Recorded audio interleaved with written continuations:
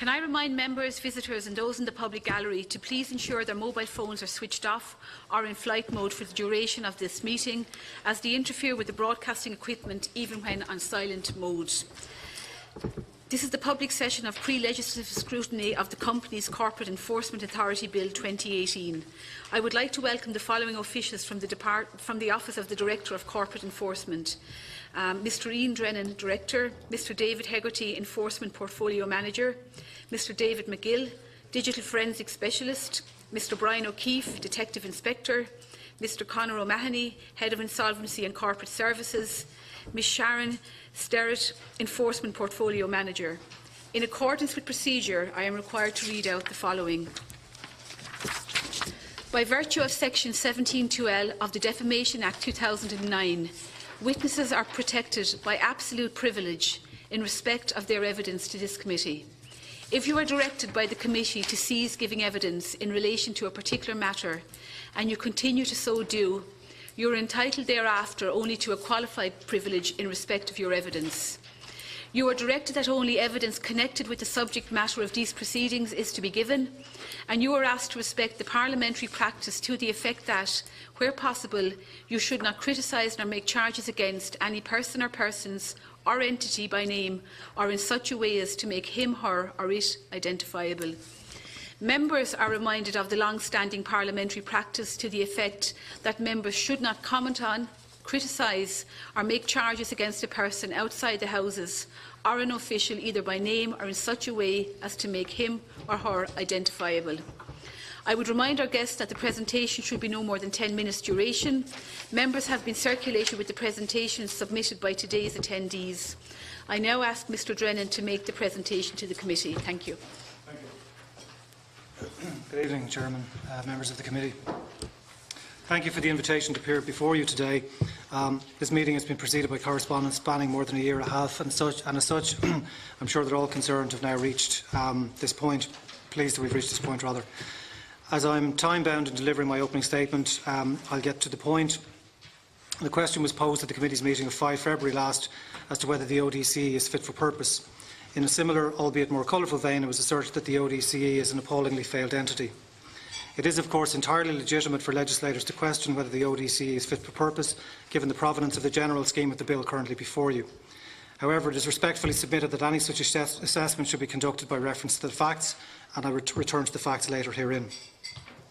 Incorporation with limited liability is a privilege conferred by the State for the purpose of encouraging and facilitating entrepreneurial activity. In return, company law imposes requirements on those who benefit from that privilege and confers rights upon, amongst others, companies, members and creditors. However, 20 years ago, company law was to all intents and purposes unenforced in this jurisdiction. That state of affairs was judged to be unacceptable by the legislators of the day and gave rise to the enactment of the Company Law Enforcement Act of 2001, which provided for the establishment of the ODCE.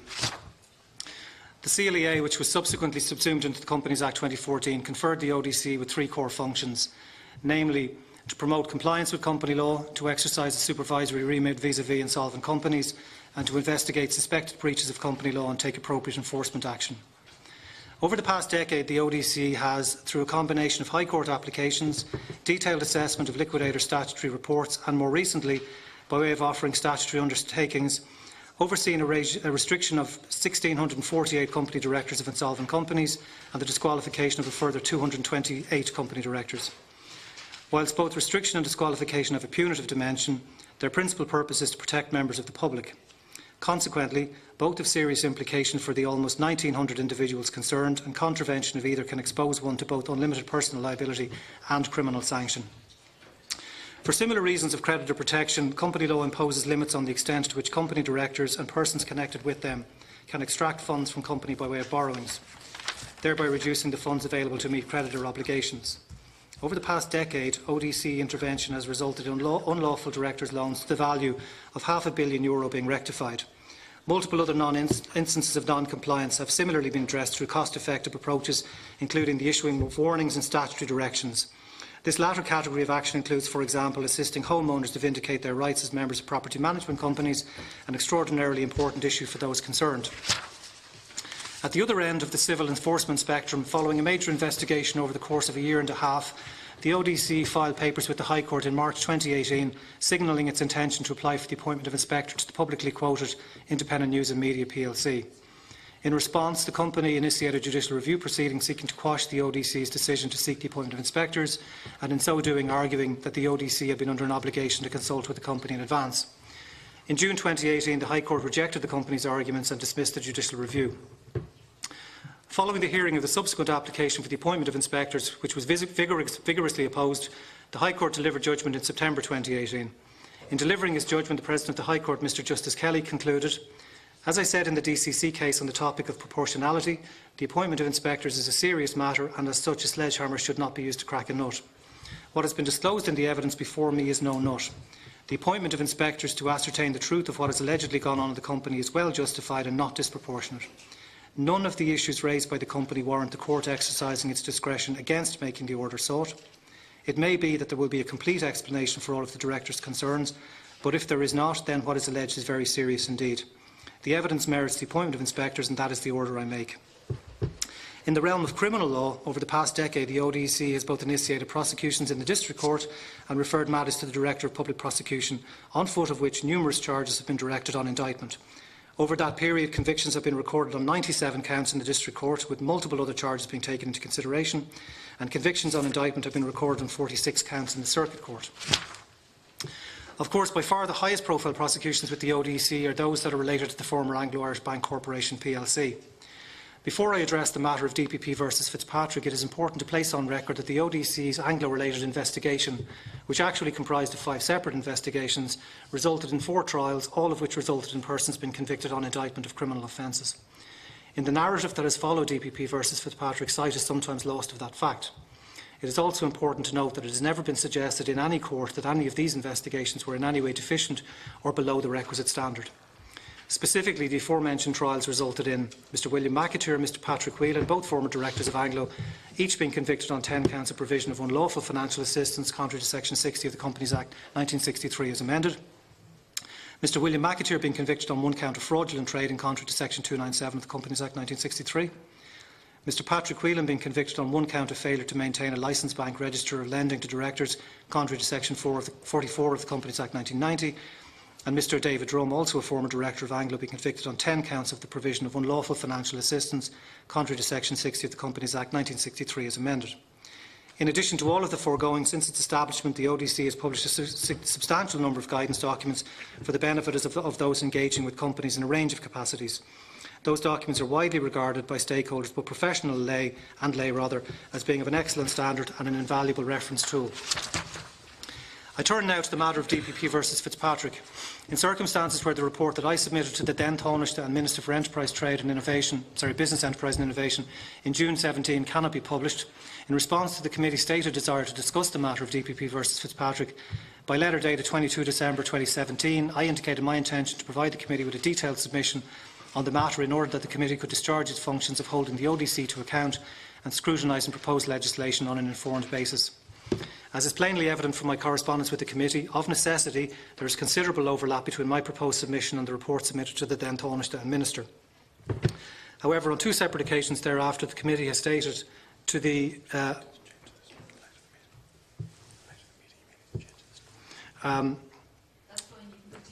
clarify then. Thank you, Chairman.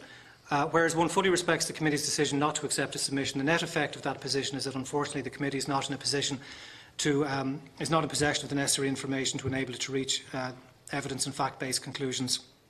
The seriousness of the investigative failures that occurred within the ODC during the course of the investigation that preceded DPP versus Fitzpatrick is fully acknowledged, and indeed in a statement dated 23 May 2017, the ODC fully accepted the judicial criticism directed at it. Moreover, one can assure the committee that valuable lessons, particularly as regards risk management, have been learned.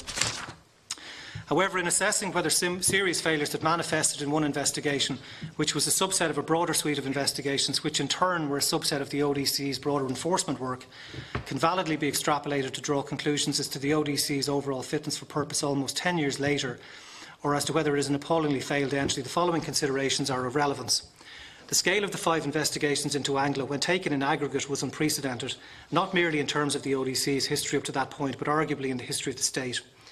Unfortunately, the risks associated with taking on a suite of investigations of this scale was not sufficiently appreciated at the time, as a consequence of which those risks were not appropriately mitigated. Given that the trial judge cited as being the most fundamental error the manner in which the ODC went about taking witness statements from 2 Ernst & Young audit partners, amongst other things the following is of relevance.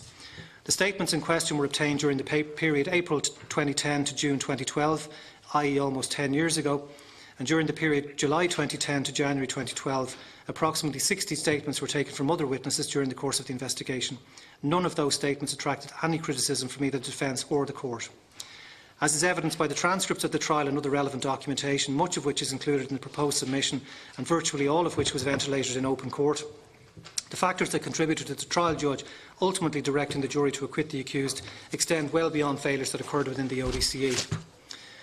Whereas it may not neatly fit into the narrative, as evidenced by the fact that 4 of the 5 Anglo-related investigations conducted by the ODCE resulted in convictions before the courts, notwithstanding the failures that occurred in the investigation that preceded DPP versus Fitzpatrick, an enormous level of high-quality investigative work was done over that period, an achievement that unfortunately came at a considerable human cost. In conclusion, Chairman and committee members, I trust that the briefing material provided in advance of the meeting has been of assistance. My colleagues and I look forward to the discussion to follow, and in particular I reiterate that I am happy to discuss any aspect of DPP versus Fitzpatrick, provided that any such discussion is based on the facts. Thank you, Chairman. Thank you very much. Okay, sorry. Anybody who needs to go to the Shannon for a vote? That's okay. No, I don't think there's any need to suspend. Mr Drennan, thank you very much for coming here today, and I wanted to, as you have said yourself at the outset, this meeting has been preceded by correspondence spanning more than a year and a half, and as such, I as Chair am glad that we have finally reached this point, that we are here today to discuss the heads of the bill and other issues as well. And I just want to reiterate that all discussions will be fact-based, and I'm going to be very strict on that. I think it's very important that we do adhere to that. In relation to your point there earlier, you offered this committee, with a view to discharging the duty to that committee, a submission, and I would just like to put on the record of the committee today that after a discussion earlier, we have decided to take that submission, and we want to thank you for it, and the clerk of the committee will be in touch in the next day or two. She will write to you just to put it on a formal footing. Thank you, Chair. And thank you very much for that. Members, I have decided, as there are so many want to get in on this and speak and ask questions, I'm going to limit the first round to 5 minutes each for questions and answers, and then we will have a second round. So I'm going to commence with Deputy Billy Kelleher, please. Just to welcome Mr Drennan and the other witnesses. To say at the outset, while some of the language might have been colourful at the committee last week, as referenced here, I'd like to point out at the outset that I would be very supportive of the purpose of the Office Director of Corporate Enforcement and what it's trying to do, and to ensure the integrity of company law is upheld, not just in company law itself, but the integrity of the state and how it's viewed from the outside world, and to ensure that we actually have within this a prosecutorial role that has the capacity and the wherewithal to do its job. So that would be the first thing I'd like to say. So from that perspective, I certainly would like to see the office not a failed entity, and to be absolutely clear to ensure that it has all the resources available to it to perform its duties. And I suppose from in that context, the questions that we have to ask are around the proposed general scheme of the Companies Corporate Enforcement Authority Bill of 2018, and whether or not, in your perusal of the heads of those bill, that they would have addressed some of the challenges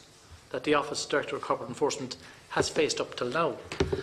And while we might try and put a gloss on it and pretend it didn't happen, but I mean, the fact of the matter is there was a huge criminal trial. Judge Aylmer, the trial judge, was, to say the least, unkind to the Office Director of Corporate Enforcement about the performance of that office in terms of how it collated evidence, how it addressed the issue of statement taking, and just a basic presentation of that case in the context of the trial itself. So I would suggest that that is a fact that can't be disputed, and if it is, well, we can move it to another stage in our discussions. But what I'm trying to get to here, Mr Drennan, is, are the heads of bill as outlined sufficient in your view to address the issue of what was thrown up during the trial itself that Judge Aylmer was so scathing in terms of the state's ability to prosecute. And in that context, I suppose the key issue here, and I've always had a concern, and bear in mind I was once a Minister of State in that department which oversaw the Office Director of Corporate Enforcement and would have had previous discussions with the previous incumbent in your position, around the issue of resourcing. Bearing in mind that very complex trials can come about, and particularly in the area of company law, and that at the whim of a department or at the whim of a Secretary-General or a Minister or a Minister of State, that resources can be taken from or bequeathed to the Office Director of Corporate Enforcement. And I would suggest that looking at the make-up of the staff available to that office over many, many years, it certainly is not compatible with what is required in the complexities of company law and to try and prosecute, or at least investigate, and then potentially prosecute. So I'm just wondering, are you satisfied that there is enough independence in the heads of bill around the issue of assessing and adjudicating what is the required resources for your office on a daily basis, and in the event of a trial in the event of your office having to take an individual or a company to court where there might be massive requirement of resourcing, and whether or not there is sufficient independence for you to assess that you need A, Y, B and X in terms of resources to prosecute, bearing in mind that the largest criminal trial recently collapsed, and the judge, as I said, was not complimentary, to say the very least. So if you could just clarify that. On the other issue, of course, the role of An Garda Síochána in all of this, there is, when you read the report again, it would suggest that there should be greater cooperation, or maybe using the resources of An Garda Síochána in presenting a case, in taking statements, and whether or not you believe that that is sufficiently addressed in the heads of bill itself. And finally, when you look at the office itself and obviously the individual attached to it, and then when you percolate down to the various resources that are being made available and the expertise that the office can call on, where do you see the decision-making process in terms of the office itself sitting with the DPP? Or is there an overlap there? Or should the DPP have more of a role in this particular prosecutorial role? Or whether you believe that you should be able to act more independently of same? Thank you. Kelleher, Mr. Drennan, and whoever wants to come in there. Thank you, Deputy Kelleher. There's a lot in that. I'll try to unpack it. Firstly, thank you for your opening sentiments. They're appreciated. Secondly, I think initially you used the word unkind. You subsequently used the word scathing. I think I agree scathing is a more accurate adjective than unkind. The trial judge was scathing, and I think we're on record as saying rightly so in respect to many of the issues that arose.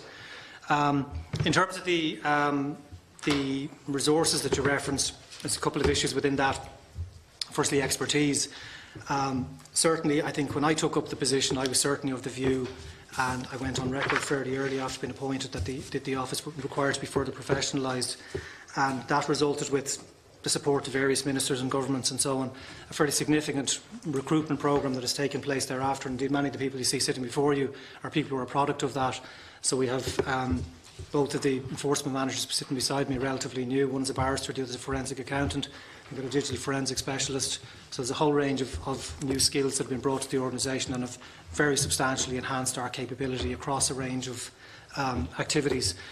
You referenced independence, and I suppose there's two aspects. In terms of statutory independence, decision-making and so on, in my tenure, there's never been an issue. I've never experienced any degree of interference or anything like that.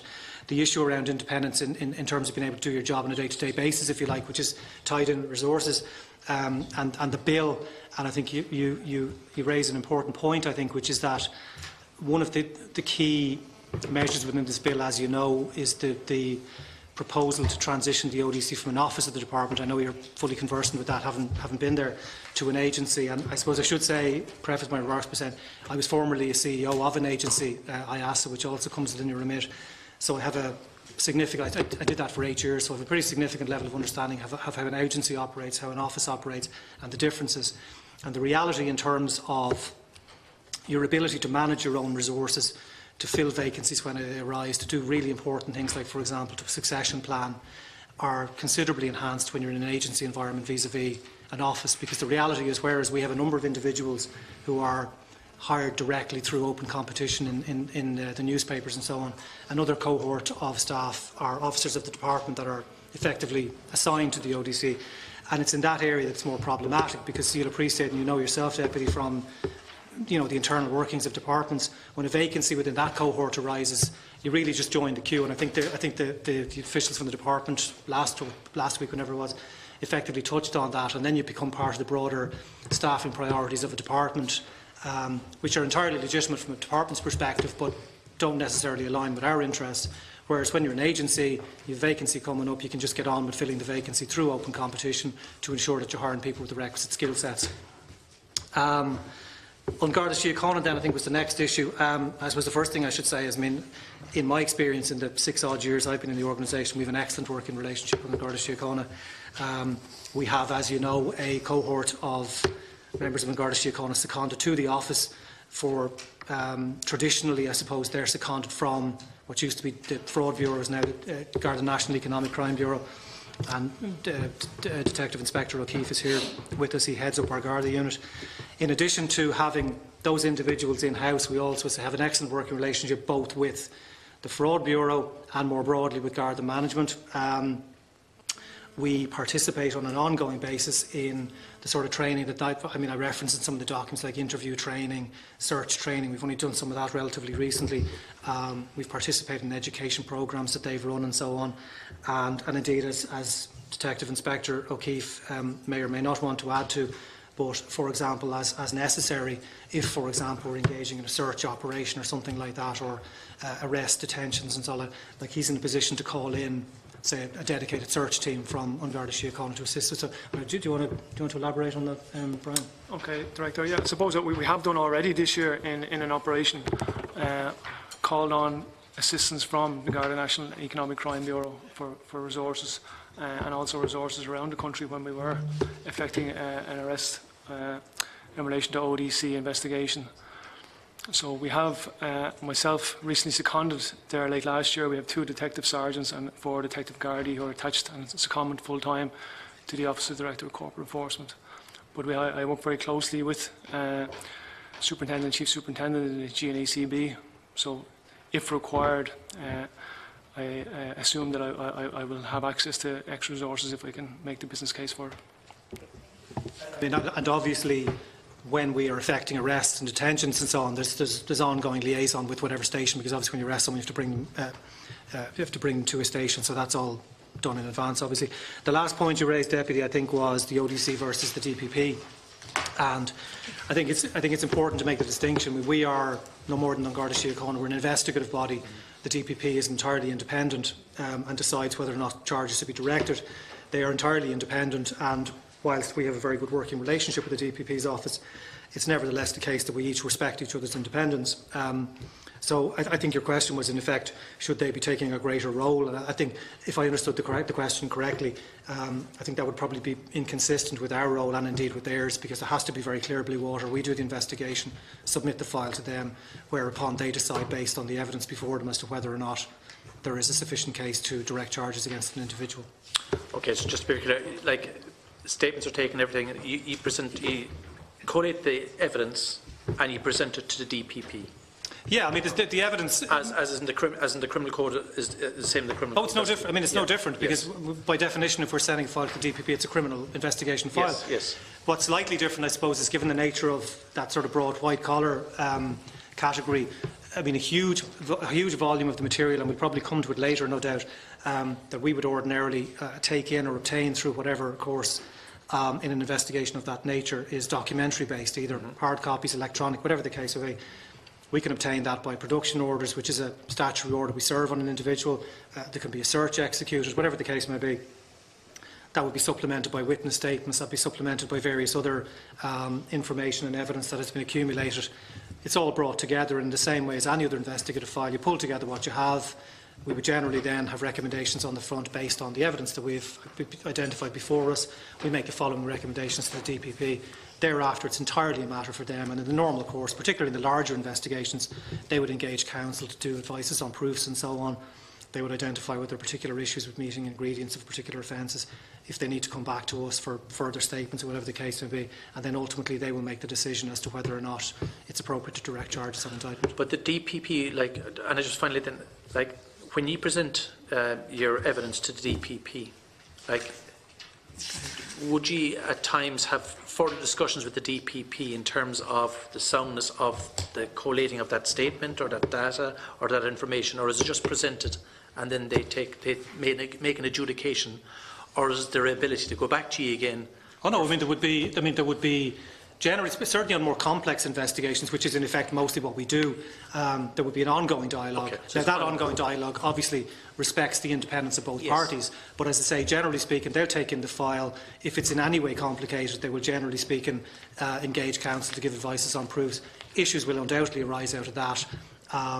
Discussions around a whole range of things. I mean, I won't go into the detail of it, but that ongoing dialogue would be I wouldn't say a daily occurrence, but I mean certainly it's an ongoing, and as I said earlier, we have an excellent working relationship with them. Okay, thank you very much. Deputy Chambers. Yeah, thank you very much, Chair, and thank you, Mr. Drennan, and to all of your team for attending at the committee here today. It's most helpful and appreciated, and I think it will assist us in our work. We met for over 2 hours just before your attendance here to discuss the document and your submission. So we had quite a robust exchange, and very much the majority of members want to see that document in the public domain, very much supported by the Chair in the public interest. And certainly I was very persuaded by your argument that we would be unable as a committee to reach fact-based, evidence-based conclusions in our work as doing pre-ledge scrutiny without having sight of that document in its entirety. And that I found to be a very persuasive argument from somebody that is an officer of the state, having served for a number of years in your role and having considerable experience. So that was that particular I suppose advice from yourself was quite persuasive. We may have challenges, as you'll probably be aware. I think the issue around the status of the document were to be circulated to committee members as opposed to through the clerk. That issue was identified, and I think that you're aware of that also. So, I mean, I would very much be eager to see that go to the clerk and circulate it. You'll probably also be aware that we could have difficulties in that it's likely it will be referred to the Office of the Parliamentary Legal Advisor, and there could be some blockages there, but we will certainly do our best in the public interest to get all relevant information to the public. So just to thank you for that. Just a couple of questions. In terms of the necessary information that you refer to, the information that you say we need in order to do our work in terms of pre-led scrutiny, can you give us some idea as to what that information is in terms of, I understand the restrictions in giving that information, but even, I suppose, some broad parameters as to what we might be looking at and what we're missing whilst we're doing our work. And can you give an opinion, I suppose, Mr. Drennan, whether any of the information that you seek to provide might prejudice you in your role, in your current role? And also, can you articulate in some way why you say we need the information that you are seeking to provide in order to perform our parliamentary duties of pre-led scrutiny on this particular bill? Thank you. Thank you. Mr. Drennan. Thank you, Deputy Chambers, for your questions. I suppose the first question is, what is the information? Well, that emanates from initially the first letter that I received from the committee in the days following the direction to acquit the accused, where the committee set out in pretty strident terms what it was it wanted to discuss, and perfectly understandable at the time, obviously. And I suppose, my concern at that time was you have a statutory duty to hold the ODC to account, and as I hope has been abundantly clear from the correspondence that is issued from the ODC to the committee, our duty to account to you, my duty to account to you, is one that I take very seriously. In more recent correspondence, there was specifically reference to whether I had particular views on whether the trial judge's final ruling was a comprehensive analysis of the issues within the ODC and so on. And I suppose the reality of it is, as I said in the correspondence that I replied to that, the trial judge's final ruling was in respect of 2 defence applications. That's it. I mean, I know you're a barrister, so you understand that. I mean, it was in relation to 2 defence applications. It was not a full account of the whole investigation, of the whole trial. It wasn't a full critique. So therefore, by definition, that ruling could never provide you with a full understanding of all of the issues that went beforehand. And given the particular issues that arose and the themes that arose in that ruling, coaching, cross-contamination, so on, in order to form a view as to whether, insofar as my understanding of your role is, as to whether this legislation meets the requirements in terms of where it came from and so on, it seems to me you need to understand what went wrong.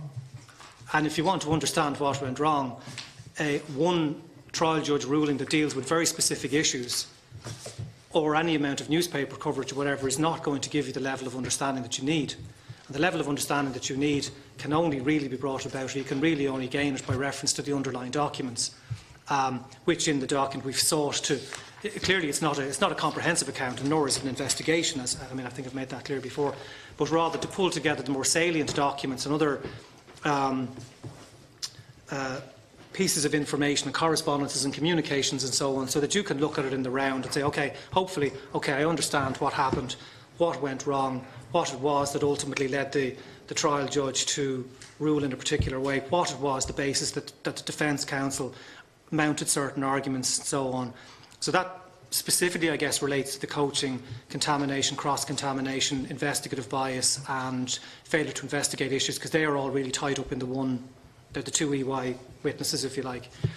Then the trial judge made reference to disclosure was another issue, and the document that I had prepared for you elaborates upon that and around the issues of disclosure and where there may have been difficulties and where there may not, to give you a better understanding of why the judge might have taken a particular view around disclosure and the deficiency or otherwise thereof it. And then the other issue is obviously the destruction of documents, which is a whole other category. So that's the nature of the information. So it's to give you a fuller understanding of how these issues arose, how, as I said, in essence, what went wrong. Your second question, I think, was: is there anything in that document that, in my assessment, prejudices my functions? And I think I referenced earlier in a letter. I can't remember the exact date, sometime around December 2017 or whatever, I corresponded with the committee, and at that point I set out the basis upon which I had formed the view that it was lawful to give you the information because it's information within my possession, and I have a statutory accountability duty to you as a committee of the Oireachtas. And I also said that whereas, and I think Deputy Kelleher referenced it earlier on, there is a provision in section 955 which in effect means that I can avail of an exemption whereby I don't have to provide you with certain information if, in my view, it would be prejudicial to discharging my functions. That would be under normal circumstances, and what I said in that particular letter is that these are clearly not normal circumstances, and therefore I think it would actually do a disservice to the ODCE to have you as a committee trying to assess our performance without being in possession of the requisite information. That does you a disservice, and it certainly does us a disservice, and that is why, and I said, largely based on what I hope you take as bona fides in terms of the seriousness with which we take our accountability obligations to you, to put you in a position where you can understand what went wrong, so that you can form an assessment of us as an organisation, and so that you can form an assessment of the legislation that you're currently charged with scrutinising. And I think your third question was, why do we need it, which I think I hopefully have answered at this point. Yeah. Thank you, Mr. Brennan. Thank you, Chair. I think that's been very helpful. I would agree with you in terms of we need to know what happened and what went wrong in order to assess the new legislation, whether it's fit for purpose and that it does what we need it to do. And I'm very glad that you were able to put that on the record today. Thank you, Mr. Brennan. Thank you. Thank you. Deputy Quinlivan. Thanks very much. Firstly, thank the Director and his staff for coming. It's a long time we're waiting for you to come in. Has somebody a phone there? Yeah, thanks. I don't think so. Yeah. It interferes. If you could put him onto airplane mode, please, it would be helpful. Yeah, sorry, just to say that I do think your participation will be very useful for us, and we hope the committee can engage with ourselves today and going forward as well.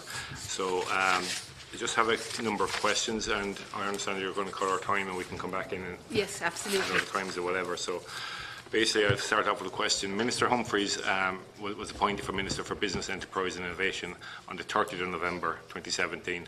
How many times have you met the Minister since that time? A second question then would be, have you met with the Department to discuss the failings in the Sean Fitzpatrick investigation? and for the preparation of the Companies Corporate Enforcement Authority Bill 2018 that we're now considering at committee stage. And the third question then, I'll let those back in and I'll come back in with some more questions to the void. I know in your open statements that you said up until 20 years ago, company law was to all intents and purposes unenforced in this jurisdiction. So do you believe now that the enforcement of company law in Ireland is as robust as it could be, or could more be done? What could be improved? Thank you, Deputy Quinlivan. I've met with Minister Humphreys once. I've met with Minister Mitchell O'Connor once. I think I've met with Minister Fitzgerald once, and I've met with Minister Bruton once, I think. So that would be in recent years. Regular meetings with the department on a range of issues, including the issues you specifically referenced, Deputy, both in terms of the outcome of the case that you referenced, and more generally around the bill, and indeed on more routine matters. That would be pretty regular occurrence. Either I or colleagues would meet regularly. And again, I think for the record, I think it's important to say that I have an excellent working relationship with my opposite number in the department and have had for many years. Is enforcement of company law robust? I think it is, in that, as I've cited in my opening remarks, through our supervision and through direct actions vis-à-vis insolvent companies, we have almost 1,900 people sanctioned through either restriction or disqualification. And I know you've asked a number of questions on that in the past, and so you've got a lot of data around that. Similarly, in recent years, certainly post-Anglo, because clearly we were, even when the investigations finished, trials are enormously time-consuming in terms of supporting the prosecution and so on, particularly in terms of Garda resources and in terms of supporting the disclosure process, which is ongoing through trial. So having got that behind us at this point, and as I alluded to earlier, having hired a number of new people, what we're now looking at is a whole range of complex matters that arise through a range of various avenues, supplemented by our Garda colleagues, which means that we've now got to a point where, in addition to referring files to the DPP, which I touched on that process with Deputy Kelleher earlier on, in addition to recommendations for company law charges, it's now quite common to have recommendations for possible offence under theft and fraud offences legislation, and more recently we had charges directed by the DPP under criminal justice money laundering legislation, because a lot of these things go hand in hand. Thank you. Mr. Drennan, you said you met the Minister once, and the previous Ministers all seem to be, you just met each of them one time, if I'm correct in what you're saying there? Subject to correction, that's my recollection off the top of my head, Deputy. And would that be at your request or their request? Minister Humphreys was at her request. Minister Fitzgerald, I think, was at her request.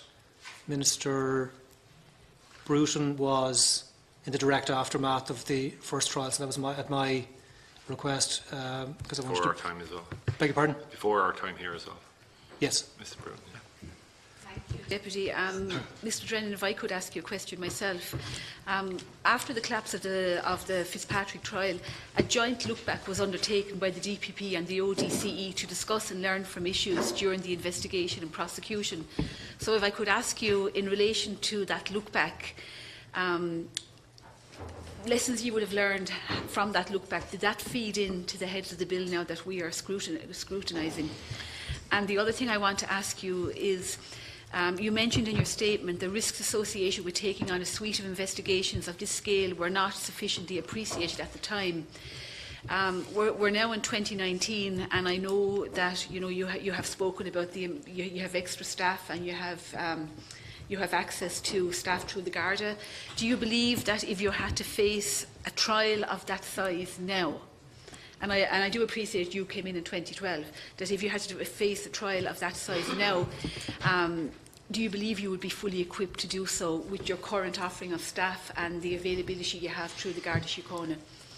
Okay, the first issue of the look back with the DPP, that unfortunately, Deputy, our chairperson, is one where I have to cite, because they are highly confidential conversations, and to elaborate upon the sort of conversations that we have that would undoubtedly prejudice the way we do work. So I can't answer that question. That's fine, but could I just ask you in a roundabout way, would you have been cognizant of that when you were referring to the heads of this particular bill? Like, I'm sure you would have worked with the department when these heads were being... Well, I mean, we have had, in the aftermath of, I mean, as you're aware, I think they confirmed the last day they were here, yes, departmental officials have seen that, the main report, if you like, and I mean, we've had extensive discussions around that, both at senior official level and indeed, as I referenced earlier, at ministerial level. So I think you can take it as a given that those issues factored into the thinking of the senior officials in their ongoing dialogue with the Minister around those heads. And the second issue on the risk being appreciated and so on. Look, the reality, Chairman, if December 2008 happened again in the morning, are we equipped to that? No. But there's very few organisations in the country that would be, because that is, that's off the scale in terms of the scale of the massive lines of inquiry, which in turn resulted in uplifting hundreds and thousands, if not millions, of documents that organisation had at the time, in fairness, had no understanding of what it was walking into, because you don't until you go in. But now I suppose we do know the risks are enormous, and a lot more thought would have to go into identifying those risks and mitigating them in an appropriate manner, such that we didn't have a repetition as what has happened previously. And final question, and then I'll leave in Deputy Lawless. Do you believe that the new statutory body that's been set up and that we are here examining, in pre-legislative scrutiny, do you believe if we had 2008 again, I suppose the point I'm trying to make is, would you feel better equipped when the new statutory body is in place to address the issues that the ODCE dealt with in 2008. We want to try and make this new entity, this new statutory body, as robust as possible, so that that you have every opportunity open to you to investigate white-collar crime. That's why we're here, and that's what we're focusing on. And I suppose I'm just wondering, under this new entity that's going to be put in place, do you feel that? That it will be robust enough to help you to the best of your ability? Yeah. I mean, firstly, your comments are appreciated in both senses of the word. I appreciate them, but also I understand, what you're trying to convey. And I think undoubtedly, as I said, the transition from an office to an agency undoubtedly assists in terms of flexibility around staffing, assists in terms of being more agile in terms of dealing with succession planning and bringing in greater level of expertise in specialist areas and so on. That said, I mean, hindsight is 2020. I mean, I think anybody, if they were in that situation again, without knowing what was to come, runs the same risks, because it was, and I don't use the word lightly, it was completely unprecedented in terms of the sheer scale of 5 separate strands of investigation, each of which on their own merits were enormous. And I suppose, the reality, any organisation, irrespective of how big or small it is, if you're trying to carry that kind of a load across a relatively small number of people, that level of complexity and volume, things go wrong, and unfortunately in this case they went wrong, and they went wrong in a pretty catastrophic way, and the wheels came off. Okay, thank you very much for your frank answer. Deputy Lawless. Thanks very much, Chair, and thanks and welcome to Mr Drennan and the other your colleagues to the committee today. Just listening to your opening statements and reading your opening statements, if I understand correctly, you're sort of dividing the, history of corporate enforcement in Ireland into 3 stages. 1963 to 20 years ago, when there was effectively no corporate enforcement in effect, which is quite concerning, actually. I suppose it's nothing we can do about it now, but it's quite a stark statement to make. Then there appears to be a period from the establishment of the office to maybe 2009, 2010. And I think the implication is that something was to be desired even then, and then there's now. That's my understanding, that you kind of divide it into three periods. And I read on in the statements that you made and the material that we've been supplied with, and there are a number of actions that have been taken in recent years to address any gaps that exist and to resource up your office and to include training and, I suppose, really ramp up the office and ramp up your activities to a level that would be acceptable. So I commend you for that, and it's good to see that progress, I suppose, being made, although, albeit from a low bar, as you've said yourself, and that is worrying. But I say it's water under the bridge to an extent. So first of all, you might just I might put a few questions and maybe come back to them then together. So first of all, just clarify: is my understanding correct in that kind of 3-stage categorisation? The next thing, in terms of your I mean, there's quite a number of I suppose, statistics given in terms of restrictions and disqualifications and indeed prosecutions that have been successfully brought, and all that is contained there. You talk about the recruitment and training that your officer or teams have been subject to, and again, it's great to see, and I commend you on that. And there seems to be quite extensive training and recruitment taking place. One figure that just jumps out in terms of the recruitment, and there are many. It appears very many competent professionals, including forensic accountants and Gardaí and variety of people, have been hired into the office. But there appear to be only 2 barristers who have been taken on, from across the board. And I suppose, given, and this is straying into the DPP and systematic trial, given, and I appreciate that's not the be-all and end-all, but given that the headline finding that appear to be evidential issues in terms of presentation for court, preparation for court, how evidence was processed in court, the nature of that, the nature of prior deliberation around that, it really does appear to be the gap was in the area of courtroom practice and courtroom preparation, which is the skill set, the professional skill set of barristers. And I just wonder, would it be wise to engage further barristers, considering there's only 2 appear to be taken on, maybe take on, take on more, or do you engage with counsel in other ways? Is there a detailed ongoing engagement counsel in any case that go to court? Because I think that's probably wise, because while the other people have certainly got very important roles and very important skill sets, given what appears to be in the deficiency highlighted, it is very much within the barrister's domain of expertise, and maybe it would be wise to engage that particular profession more. I have another question. Maybe do you want to respond to those, and maybe I'll put the other questions after. Is that okay? I can come in again. Is that okay? Yeah, okay, whatever. Yeah. Whichever. What do you want? Sorry. Which would you prefer, Mr. Drennan? I think I might have a go with those first. Okay, perfect. Yeah. And then, yeah, great. Yeah. Your first comment around it is a stark comment, but it's really not my analysis in that.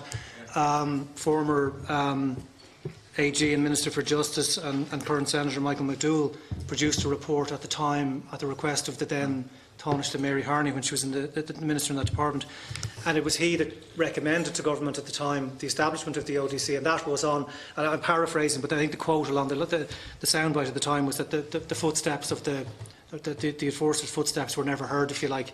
And I mean, that was at a time when even basic compliance obligations under the Companies Act, such as filing of annual accounts and annual returns with the CRO, non-compliance levels were very high. So it's probably not. It is a stark statement, but I think it probably does withstand scrutiny, and certainly that is in essence what Senator McDowell found at the time. The 3-stage approach. I mean, there was certainly up until Mr. McDowell or Senator McDowell's report. Then I suppose there was probably the early days of the ODCE where it was finding its feet and did some very good work, and then Anglo hit, and it was completely consumed for several years thereafter. And as I said at the outset, did some very good work. As we all know, it's been we've discussed it at some length. Some of it, to reference Deputy Kelleher's comments earlier, resulted in scathing findings and fully accepted. So I suppose that was phase 2, and phase 3 is post that. And now what we're trying to do in terms of enhancing the skill sets of the organisation, learn from the sort of issues that arose as a consequence of that, to try and leverage off those to engage in, as if you like, our stock and trade, our day-to-day businesses is files with a view to submitting to the DPP, as opposed to the district court prosecutions, although we still do those on occasion. You're correct, we have 2 barristers at the moment. We also have 2 solicitors, so we have 4 lawyers in total, and obviously you can take it as a given that in any investigation of any significance, certainly criminal investigations, we would engage counsel at quite an early stage for a variety of reasons, not least, as I've referenced earlier in comments to the Chair, as part of the learning from mitigating risks. And clearly in civil investigations where we're, and I've referenced one of those earlier on. Similarly, we would engage counsel early, because clearly that's as you say, it's a fairly fundamental aspect of risk mitigation.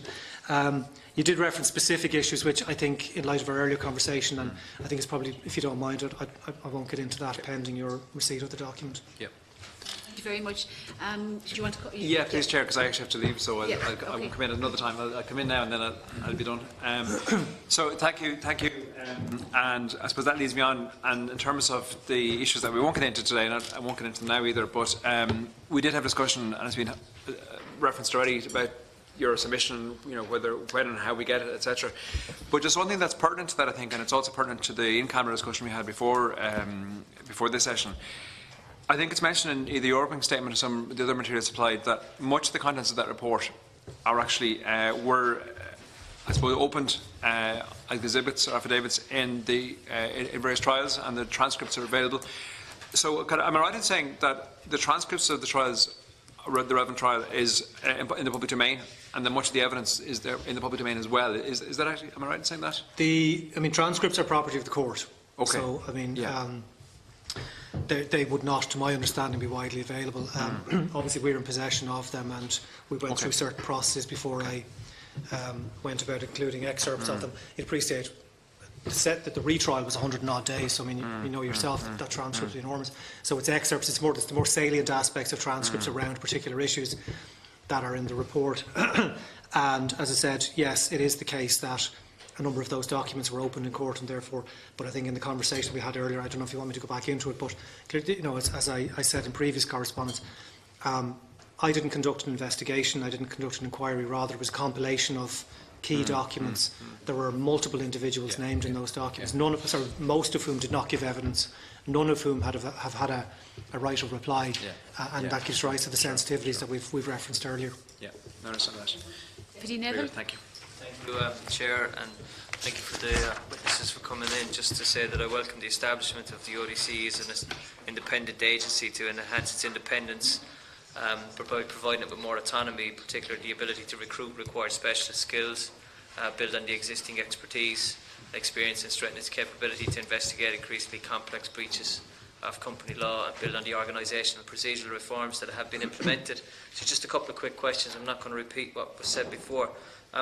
First of all, are there any extra parts of the bill that you would like to see enacted, or that you have spoke to the Minister or communicated to the Department? Any extras that you would like to see in the bill devoid of what's coming before us? And also, is there any extra powers, in your opinion, that the ODC could avail of? And what are the challenges in relation to this changeover in becoming this agency? Would it, be it recruitment or infrastructure? Are there any challenges around that as well? And I'll probably have a follow-up question. In terms of the challenges, I'll take the last one first, if I may, and then I'm going to defer to some of my colleagues on some of your earlier questions, Deputy, if I may. I suppose the challenges, and to some extent there will be some crossover. The challenges that we face really are the sheer complexity of what we do, because back in, certainly when I trained, back in the day, everything was kept in paper, on paper form. Everything is now electronic. You've all sorts of issues about, legal, professionally privileged material being embedded within electronic data. There's been all sorts of litigation around issues like that. They're the kind of issues we have to deal with on a day-to-day basis. And go back to the dialogue I had with Deputy Lawless. They're the kind of things that we bring counsel in on at an early stage. But if I may, I'm going to ask, if I may, my colleague Mr Hegarty to deal with some of the additional powers that are already in the heads of the general scheme. And then I'm going to ask my colleague Mr McGill maybe to speak to some of the others that could potentially go in, or certainly that we have given some thought to. Thanks, Deputy. I think, as pointed out, the bill is in 6 parts, and primarily the new powers of the Director or the new powers, the additional powers are in Parts 5 and Part 6. Part 5 is a civil power and relates to an additional ground upon which the Director can seek to disqualify an individual under Section 819 if they fail to hold meetings and so forth, AGMs and so forth. The other provisions in parts heads 43, 45 and 46 touch upon the requirement of directors to provide a PPS number to the registrar for verification purposes. That's an additional kind of compliance measure, if you like. So when companies are filing documents with the CRO, there's an additional security there in terms of the verification of who the individuals are. Two of the more significant powers, perhaps, are heads 45 and 46. And head 45 relates to allowing for the admissibility of statements from accomplices. Normally, in the normal course of events, hearsay statements will be inadmissible. Head 45 will permit for these statements to be made admissible. It's based on a CCPC power, and I think it's normally used in cartel investigations, if you like, but it is a useful power for us as well. The fourth kind of salient head, really, that I would draw to your attention is head 46, and that relates to section 787 of the Principal Act, which relates to the power to search and enter premises. I'll defer to my colleague in a moment in relation to that matter, because it's more on on the forensic side. We have been in discussion also with the department in relation to various additional matters that could go into the bill, and I could probably divide those into 3 separate categories. I think there's evidential matters or evidential provisions which I think would assist us in the gathering of evidence. There's procedural matters which, in relation to, for example, the conduct of investigations and so forth. And then there's matters really in relation to the institutional design of the CEA, if I can put it in those terms. Now, they're discussed with the department. They're not in the bill. Some of them may feature in the bill ultimately, but discussions have been taking place, and they've really been subdivided along those 3 categories in terms of what additional material could go into the bill. But I think the salient feature, the one that's perhaps drawn the most attention, is Head 46 in relation to the search warrant power, and I think my colleague perhaps can speak, Mr McGill can speak to that matter. Sure. Head 46 actually is quite an innovative head in terms of new legislation put forward. What it's actually doing is allowing us to keep abreast of new evolutions in technology. Currently, our powers under Section 787 of the Companies Act allow us to apply for a search warrant to enter premises, and part of those measures in that search warrant, it allows us to interrogate electronic devices found on it. It also allows us to use those devices to actually interrogate any other device that is connected to it, whether that be at that premises or somewhere else. One of the issues that has posed for us, it actually comes back to maintaining risk around evidence, maintaining best evidence, is that by using evidential items on site to actually access it, you're actually interfering with that evidence, and it's not best practices. Also, we would already have quite substantial equipment and software that we could potentially bring with us and use that instead to interrogate dead officers, but the current powers don't allow us to do that. Also, as the proliferation of mobile devices has kind of permeated every aspect of our society, most of the data stored on them is now actually stored in cloud services. They're not stored on the physical device. And trying to transfer data from the device into an evidential item, such as a USB, that is virtually prohibitive. So this new section will allow us to actually, if it's enacted the way we're envisaging it, it will allow us to actually use our own devices to use the logging credentials from the mobile device to actually access those cloud services instead, and take the data down that way in a much sounder and more robust way. Yeah. If you're accessing the cloud device or the cloud storage, even if it's outside the state, can you still access it? Yeah, currently the way that the way we interpret it, the way that the search warrant allows us, it basically stipulates that once a device is lawfully accessible from a device on that premises, then you have the authority to search it. So even if that device is outside the state, we've interpreted that it's lawfully accessible by the device there or by people who are using that device on site. And the current search powers allow us to do that. We're just ameliorating that slightly.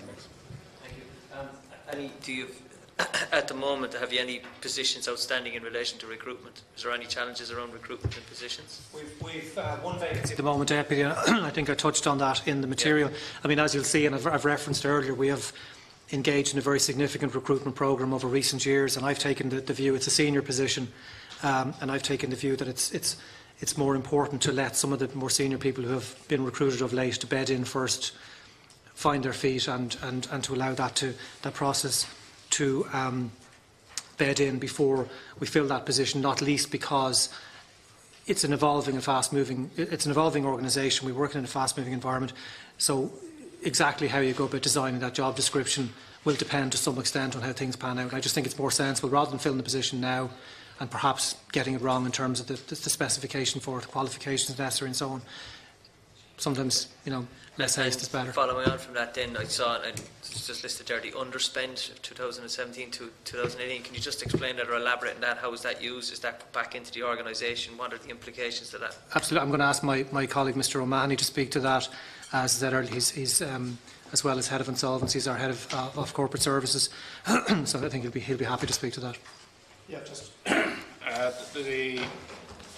on the funding side, for most years we effectively have a contingency provision built in, and that contingency provision is primarily around legal costs, because I think anyone who deals with the law knows that those kind of costs can be extremely high. And for example, a clear issue in that would be The Director referred to the appointment of the inspectors in the case of I&M, and obviously there are significant expenses accruing on that, and particularly in 2019 I think you will see that we probably will not be giving back so much money, but it's a typical departmental subhead where there's a provision marked out, and if it's not spent, it goes back into the departments. It's available to the rest of the department, so it's not as if it's... So anything that's underspent goes back into the department, doesn't stay within your organisation? No, not under the current environment. I mean, obviously, I think that becomes a little bit different potentially with the And are there agency, any, but- sorry, no, Chair, are there any implications for the organisation with that underspent money going back into the department? No, I mean, in fairness, I think, as the Director has said earlier, in terms of spending the money that we need to spend, the department is not interfering in our ability to do that. Now, there are issues about, because there's money there, it doesn't mean you can spend it on anything else. You know, you can't be moving non-pay money into pay money and items of that nature. But, you know, in terms of if we do need to engage counsel, for example, as was discussed earlier, which we do on a regular basis, we have the resources to do that. So that's not a problem. Okay. And would there be any on-cost implications, obviously, from the change of once this bill is enacted, that you can envisage that handing that money back, as you've had to do in the last 2 years, that there would be any implications going forward? Do you know what I mean? That you're left hanging, you're left with it, you know. Yeah, I mean, irrespective of whether you're an office or an agency, the net effect is the same. The mechanism is somewhat different. As an office, we're a subhead of the department, so at the end of the year, you give back whatever you haven't spent. With an agency, and certainly it was in the one I was involved in previously, you get to the end of the year, you've got cash in bank. You don't hand the cash back, but rather it's offset against next year's budget. But in terms of, so the cash movement isn't really an issue, if you like. Obviously, when we get to mid-year thereon, I mean, you're budgeting for next year, then we're approaching the department and we're saying we have an inspector's issue, we have a particular council, you know, likely to have legal costs for whatever. That's all factored in early, or digital forensic expenditure, whatever. That's factored into the routine. And as I said, one of the functions, the irony, I suppose, of one of the functions of the underspends, which kind of do leap off the page, are that there is a very significant contingency there, because by definition contingency is not something that's normally used. But when you have, what we do is very cyclical, sorry, it's very peaks and troughs in nature, I suppose, in terms of, you know, you get to a particular point and you have to hit Superior Court litigation. I mean, the costs ramp up very, very quickly then. You mightn't have another one of those for 2 years. Okay. You know? Okay. All right. Senator Humphreys. Thank you. Now, I know you just went, and I apologise first of all for having to go out for a vote, but if I'm asking the same question over again, I can actually just check the records of the meeting. You just went there just briefly in the important heads. Is there something else that could be put in relation to legislation that you would find would be assistant? Do you think everything is boxed off in the current proposals, or do you see a need for additional assistance in relation to legislation? I think, Senator, to a certain extent, it's an ongoing process, because I think as you're working with the 2014 Act is still relatively new. So I think as you're working with the 2014 Act and as you're applying it to kind of real life situations, you frequently come across instances where if the law was slightly different, it might suit you slightly better. But there's very few things we can point to that have presented significant problems, if I can put it in those terms. And I think when situations do arise where potentially significant problems will arise, we're in a position to seek to include it in legislation and in liaison with the department. So I think it's most of what's in the heads and most of what's been discussed with the department, I anticipate at this stage would address most of the issues that are raised. But it's an ongoing process. I mean, I think new things come up all the time, if I can put it in those terms. Yeah, but you're happy enough with what you're seeing at the moment in relation to deal and what you've seen in your experience? Yeah, I'd like to supplement that by saying, I mean, I suppose the short answer is, do we have enough powers? And for the most part, generally speaking, yes, because we have very significant powers. So anything that is either in the bill or that we might be discussing with the department and that they're giving consideration to with the view to further down the line is really with the view to further enhancing our ability to do particular things. And you can take it as a given that if we had a particular issue whereby we didn't have the power to do something that we needed to do on a day-to-day basis, that's something that would have been subject to discussion with the department, and in fairness to them is something that would generally speaking be acted upon pretty quickly. So there are no sort of fundamental major lacunae. It's really around, as David said, you identify issues in a fast evolving environment. there's particular opportunities to nuance things or to further enhance. Examples of what, I mean, David, I don't know, do you want to speak about the telecommunications issue briefly? I'll just ask Mr McGill to speak to that. So there are one or two kind of discussions that we've had around the department when looking at, say, our sister organisation, which will be the Competition and Consumer Protection Commission. For example, one of the powers that is being considered for them is they are being included as part of the Communications Retention of Data Bill 2017, which will give them access to retain data under their telecommunications data. And that can form a significant part of a white-collar criminal investigation when you're proving communications. Some of the other ones that they also have that we've looked at and are considering talking to them is Garda members have a power to bring in non-Garda members into questioning of people who are detained under Section 4 of the 1984 Criminal Justice Act. It's a very significant power because it will allow, for example, experts to be brought in under if you're questioning someone who is a technical expert or someone who is a financial expert. I know some of the other ones we talked about also was gaining access to the suspicious transaction reports under the money laundering legislation, so that could be considered as part of other sorts of investigations, as well as then also powers under intimidation of officers. So they're an ongoing kind of discussion. Just two very brief questions in relation. Look, it's obviously a very technical position your staff are, and they need to be highly trained and experienced. And obviously, as the training experience, they're obviously, what would I say, be very more attractive for other companies to come in and headhunt. So, like, really what I'm kind of asking you there is, have you a policy in relation to retention? Because obviously, there's an awful lot of training, an awful lot of experience will grow in the ODC. And is there a policy, have you laid down a policy to actually how you can do staff retention? Quite honestly say, Senator, that was a question I had not anticipated. No, I mean there's no particular mechanism whereby we don't have any golden handcuffs or anything like that. Unfortunately, we hire good people, as I hope is evident. They know what they're about, and I think a lot of them, is probably fair to say, they're not necessarily motivated. I mean, they're motivated by the. I hope you'll have got a sense. It's very interesting work. It's high risk work, but it is very interesting work, and certainly my sense over recent years is that that's what motivates people, as opposed to other. I mean, clearly people have other life imperatives as well, but they're the kind of things that that motivate people. I think they would all say to a man and woman, it's certainly not a boring job. So thus far, it's just something you see very much in the private sector. Sure, yeah. In relation, over the years you will build up a huge expertise, and there will be private firms coming in to look for your staff. It hasn't crystallised thus far. And just finding, just kind of get a sense of capability in relation to the resources you have. And I'm just noticing that Greg Clark, the business secretary, has called on the Competition Authority to investigate the big four accountancy firms over in Britain. And if you look at the size of companies now that are setting up in the range, from aircraft and leasing to the to the PwCs, that all those ranges would you feel that you have the resources within the OEDC to actually carry out a major investigation into that? Because Anglo-Irish is quite a while ago, but it was very reputational damage to the state. And obviously you're looking at, in the context of Brexit and corporate headquarters setting up in Ireland, we're open to that level of reputational damage if we haven't got the capability. So, I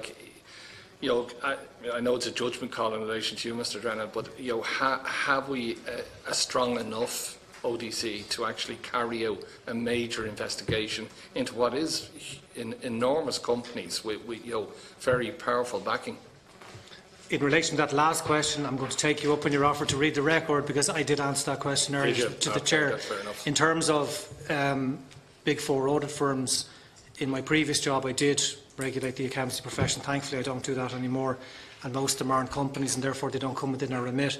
But on a serious note, in terms of companies relocating to, say for example, the Republic of Ireland as a consequence of Brexit, and I think it came up the last day with the departmental officials, thus far it would appear that most of those are in the financial services sector, and I know there was a particular report about a proposal to transfer very substantial sums of investments to this jurisdiction. those entities clearly all come within the remit of the central bank. They would need to be authorised. They would need to go through that whole approval process. So unless there was a particular company law, particular criminality issue, the general risks attaching to large-scale financial institutions and the sort of issues that can arise within would very much come within the remit of the central bank as opposed to ourselves. Thank you. Thank you. O'Reilly. Thank you very much, and sorry I had to go for a vote and then take the PIAB bill. So forgive me if some of these questions have been asked already, and I'll afford you the same courtesy as Senator Humphreys. I can read the record if you direct me to. But just in relation to many of the new staff you have, including one of the recommendations around Gardaí, and I'd like to welcome Inspector Brian O'Keefe. Have they got particular training in the financial area, or are they there more to advise on proper process and procedure and are accompanied by the relevant, as David McGill spoke of, digital forensics or whatever? Yeah. I'll defer to Inspector O'Keefe in a moment, or Detective Inspector O'Keefe in a moment, but first, I suppose, one of the things we've learned is horses for courses. So we have accountants, we've 7 or 8 accountants with very impressive backgrounds, be that financial services, private practice, forensics, law enforcement, a whole range of areas. So they're the workhorses, if you like, if you'll pardon that phrase, and more importantly, if they'll pardon that phrase, in terms of analysing complex financial data. Really, the interaction then is they will analyse complex financial data. They will prepare what we might generally speak as what we would call interview packs. They would then be handed over to Detective Inspector O'Keefe and his colleagues, who would do the interviewing of witnesses or suspects, or whatever the case may be. And generally speaking, if it's a witness, you'd have one of our Garda colleagues would lead the witness interview, and might be accompanied by an accountant if it's a particular complex issue, or if it's particular, if we're interviewing accountants. So that there's a complementarity there. In terms of the skill set of our Garda colleagues, I mean, Brian, do you want to say something about that? I suppose I think the vast majority of them have undergone the fraud course, which is run by the Garda National Economic Crime Bureau.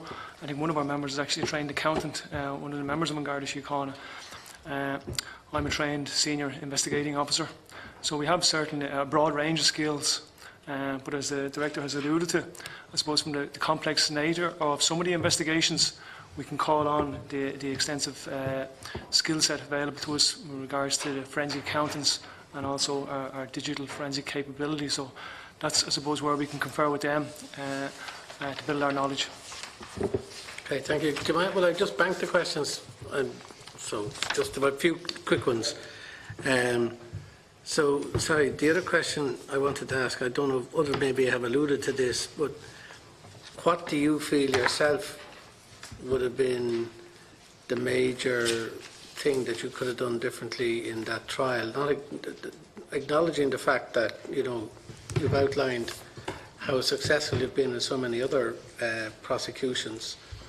And leading on from that, do you believe that the changes required to successfully prosecute major cases like Anglo, if they were to recur, is there now? I mean, the department were here and they stated that there was no legislative failure involved in the prosecution of that trial. But do you agree, notwithstanding your earlier contribution, which the current sitting acting chair told me, around new changes in the bill, that you would suggest, do you think yourself that you've now got the wherewithal to prosecute cases like that? Because there's been a huge amount of change, obviously. Yeah, in terms of the first question, Senator, what could we have done differently? I mean, I don't want to avoid the question, but I think, Chairman, I think you need to read the document. When you read the document, I think you'll have a much better understanding. It would be... Okay, well, with that in mind, then, I would hope that, having read the document, we'll have the pleasure of your company again. I've made it clear in previous correspondence. I'm quite happy to come back here, no problem with that. In terms of the Anglo, and again, I think I did answer the question earlier, but in terms of, we are undertaking at any given time a number of investigations that are quite large in scale. If December, I think that's what I said earlier, if December 2008 hit again and we were faced with what the people who were there at the time were faced with, do we have the risk? Absolutely not, because it was just enormous. and in all fairness to those people who were there at the time, I don't think they had any inkling at the outset as to what this would end up being in terms of the scale of it. And I think, as I said earlier, whereas there were regrettably some very serious failures, the people who were there at the time also deserve a lot of credit for the positive outcomes that I alluded to earlier as well. And enormous work was done in bringing 4 of those other lines of investigation to successful prosecutions. But in terms of the sheer scale of it, there'd be very few organisations in the state that would be equipped to take that on in the morning.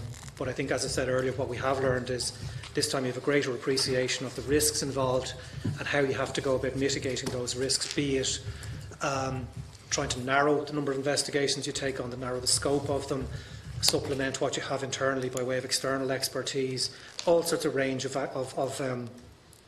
other avenues that would need to be explored. And again, in fairness, at the time, that was 2009, we were in the depths of in the aftermath of a financial crisis where people, in fairness, at the time were cognizant of the fact that the Exchequer was under enormous pressure as well, and that was just kind of a perfect storm, really, in many respects, in terms of what subsequently transpired. Thank you. David? Again, I was the same as James. We were tied up with that PIAB bill, so I had to go for a while. I think we've seen quite a lot of demands, and I was sort of keeping a check on the screen as I went up. I'd like to acknowledge a lot of the great work you have done. As you say, you had 4 big results out of 5, and it's probably the one that's tagging you down to a certain extent. Maybe the head of the snake or whatever else that most people thought was probably going to be the most obvious result. But anyway, that's the way these things go. And again, you have had some very high-profile cases recently, insurance and print and whatever else, and you have to be recommended. You have shown to be no shrinking violets anyway, so I'd certainly have to acknowledge that. I'd just like to in your report that you did give to us in relation to DPP and Sean Fitzpatrick, just in the very last paragraph you have for your summation, I just come to the last line, not to get into the whole lot. Unfortunately, you came to it came at a considerable human cost in your department. That's one angle. You might just it's quite a poignant line, and you might like to widen that a bit more for me. And secondly, I know James hit on this slightly, but I'm sort of looking at this from a different angle, and I appreciate staffing and resources for the size of the case you had. I'd have no doubt was really a mountain to climb, to say the least, and I could certainly feel for you and your staff and all the work that was thrown at your door, and to be so short-resourced. But I'd just like you to possibly broaden. I know you'd like to get the full report, and I understand that, but we talked, and the judge stressed it about cross-contamination and coaching, and evidently the destruction of files. It's not something that any normal arm of the state carries out. And I think, to be fair, there has to be something else that come out of this here today, more than staffing and resources. Staffing and resources don't lead to this. I couldn't see it. Okay, possibly we could say a staff member, 2 staff members were rogue or whatever. And as we know, some of that has come out through the media and whatever else, and we might hear more of that at a further case. But I would appreciate just a little elaboration of that. I think the committee, after quite long and considered work in relation to this today, would if you could broaden that slightly for us, I certainly would appreciate it. Thank you, Senator. Human cost is a poignant term, and I hope none of the individuals concerned will mind me saying so. But a lot of people were very badly damaged by this experience. There's really not a huge more I can say about it, because other than to say there is a narrative in the public domain at the moment. Suffice to say that narrative is not complete. There are dots to be joined, and there are bits missing. And I think if and when the full story ever comes out, it does put quite a different complexion on it. Certain things were ventilated in court, certain things were not. In fairness to the individuals concerned, and one in particular, I don't think it would be appropriate or fair for me to go beyond that, other than to say that I observed this firsthand, and I chose those words carefully. In terms of, and I appreciate the sentiment in wanting more to come out of this, I suppose I'll go this far in terms of in essence, what happened. I'll give you a very high level. In essence, in the normal course of events, if you see Mr. A hit Mr. B over the head on the street with an iron bar, and a guard asks you for a statement, you'll say, "I was walking down Molesworth Street and I observed Mr. A hit Mr. B over the head with an iron bar, and he was wearing a red jumper," or whatever the case may be. When you're trying to take a statement from an audit partner, an audit of a listed company is a very large undertaking. It takes a very considerable amount of time, involves a very substantial number of individuals. It's not really the thing that lends itself to you rock up to the door and say, "Can I have a statement, please?" It requires a lot of thought. Audit firms, like any professional services firms, have to have regard rightly to their reputation. They guard their reputations jealously. They have to guard their litigation risks very jealously and carefully. And so it's not the same thing as give me a statement about what you saw. And what subsequently ensued in terms of the way that those statements came into being was to some extent a reflection of that and the complexity of that. And I suppose, and the trial judge subsequently formed the view that all concerned either completely lost sight of the fact that what was happening was inappropriate, or failed to recognise in the first instance that it was inappropriate. And it's difficult. I appreciate the position you're in. It's difficult for me to go much beyond that. But suffice to say that the document that I have prepared and that we've discussed at some length earlier, if and when you get to read it, I think will give you a much better understanding of how that process came to crystallise, and the particular moving parts within that process, and how they ultimately fell foul of the prohibition on coaching of witnesses, and the contamination thing is all tied into that, as is the judicial findings around a failure to investigate or investigative bias, because those issues all relate to those two witnesses and the mechanism or the manner in which their statements were obtained over 2 years or thereabouts. I say it's completely different to I witnessed this happen on Kildare Street at X time with... And I appreciate that, and I appreciate your answer. And I'm just curious, did the ODC at any stage feel pressure coming on them to get a result at all costs, which might have led to this? It seems sort of like, listening to it, and I did look at it in quite detail. It seemed that there had to be a result got at all costs in this case, and that maybe led to further problems, leaving staffing and everything else out of it.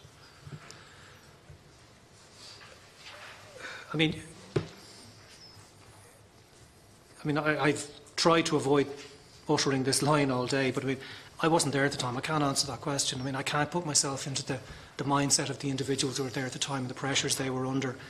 I can't do that. The document will help you to some extent. These matters were ventilated at length during the case of course of examination and cross-examination.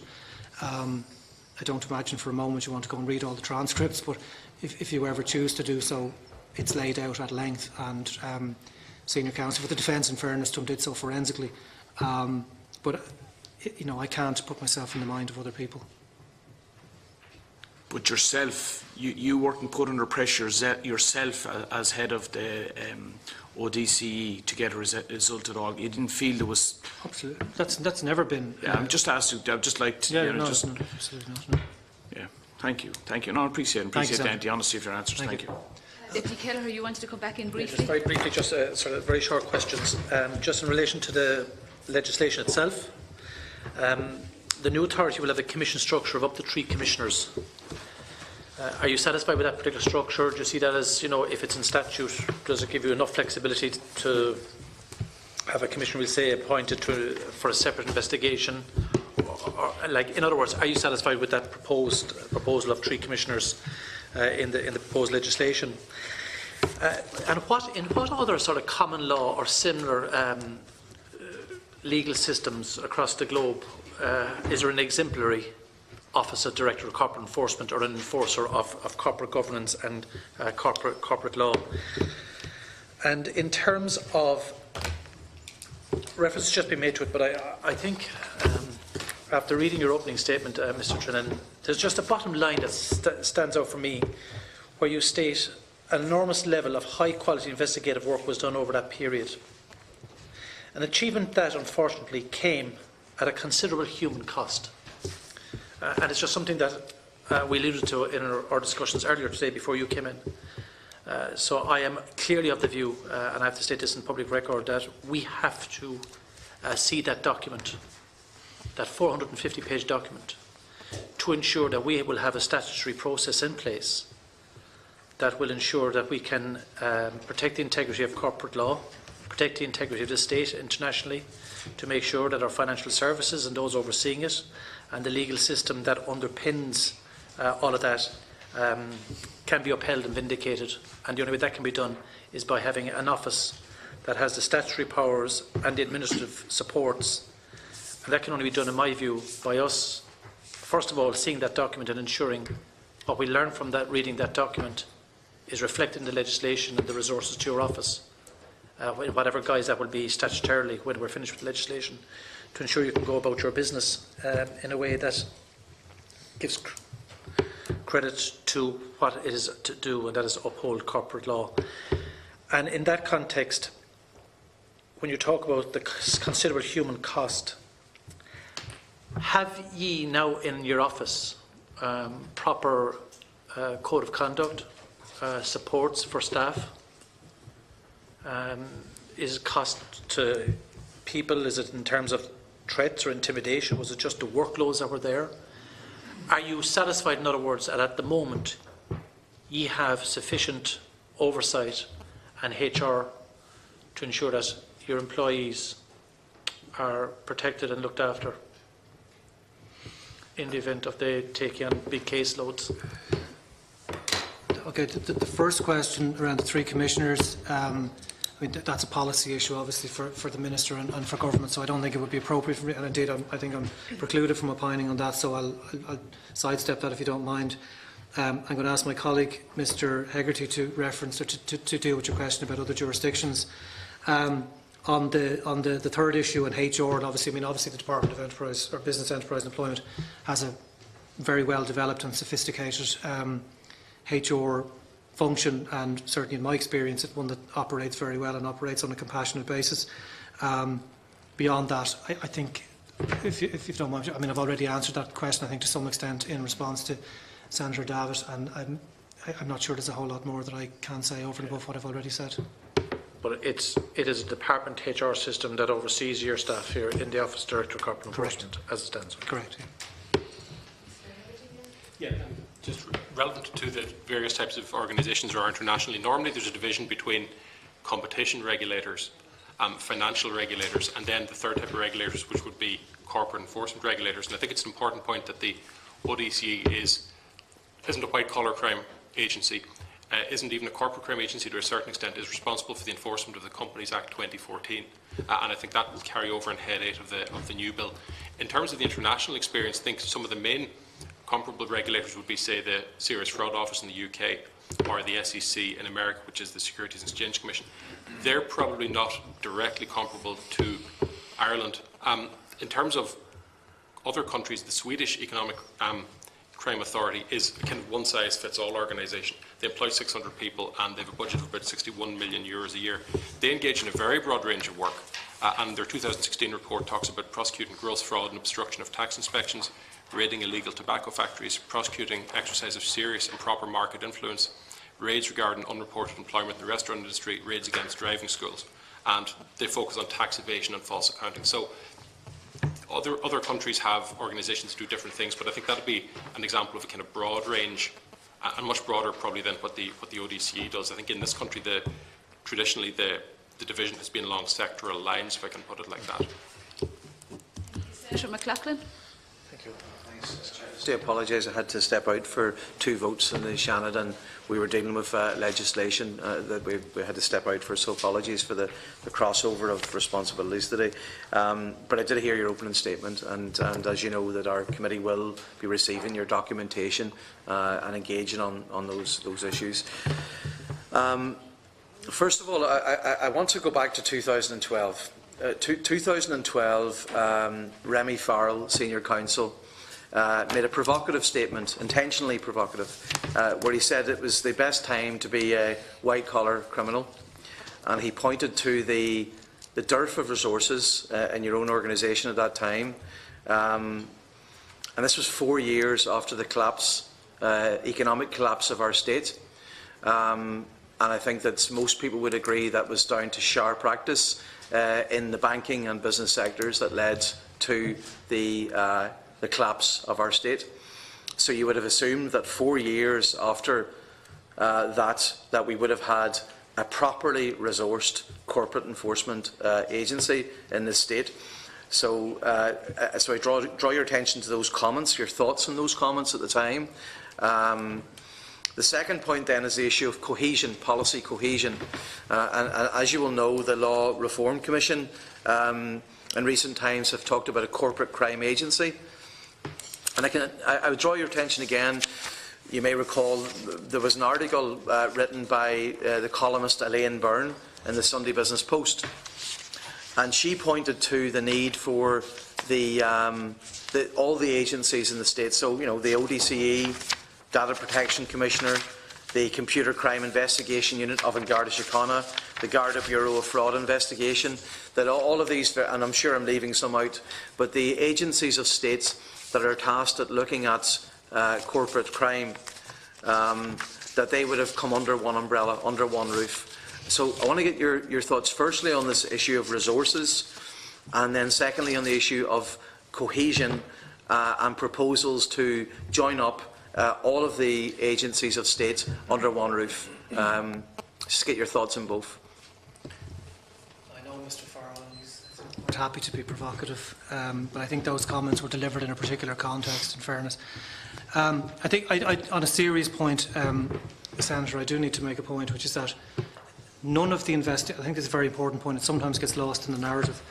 None of the investigations that we were involved in related in any way to collapse or the issues that gave rise to the collapse of Anglo-Irish Bank or any other bank. They were all issues, bar one, they were all issues that in effect manifested themselves at the dying days of that organisation, share support scheme, things like that. There were particular issues around that, there were kind of end-of-life issues, if you like. So it is a common misperception, but the individuals in question, in fairness to them, they were not on trial for bringing Ireland to its knees or for bringing the banking crisis or for bringing the banking crisis. That's not what the company law charges they were, and indeed there were other charges as a consequence of Garda investigations which were similarly not for that purpose. And I think that brings me neatly to the Law Reform Commission report because, and I think I heard you speak about it the last day, and it's clearly something you've studied carefully. And I could talk to you about that report all day, but I mean, I think the very fact that there was a recommendation in that report that this notion or idea of egregiously reckless lending should be criminalised, I think implicit in that is a suggestion or an acceptance or a recognition that what happened, albeit that it was unpalatable, was not necessarily criminal. And I think that's probably what brought them to that point. Before I'll come back to the LRC in a minute, but given that you referenced Dr. Byrne, you may be aware, but one of the other limbs to the government's package of white-collar measures that accompanied the bill that we're discussing today was the establishment of a group under former DPP Jim Hamilton, and myself and Mr Hegarty sit on that committee, and indeed Dr Byrne is a member of that committee. And if you don't have the terms of reference, we can get them for you. There's no difficulty with that. But some of the issues you've touched on are some of the issues that we're looking at within that committee.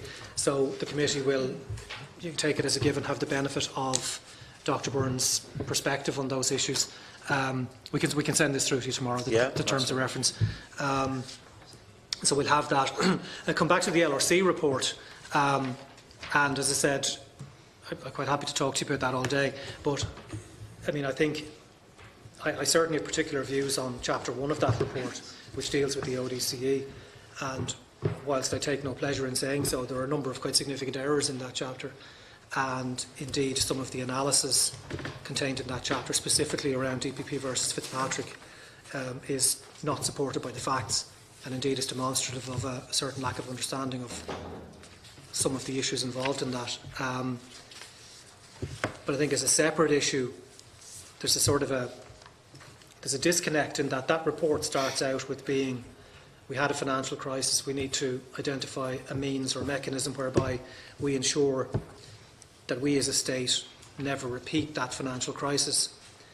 And then seems to take a quantum leap into DPP versus Fitzpatrick, which had nothing to do with that. As I said earlier, that trial had nothing to do with causes of the financial crisis, and then seeks to leverage off certain deficiencies in that as a means of recommending the creation of a corporate crime agency.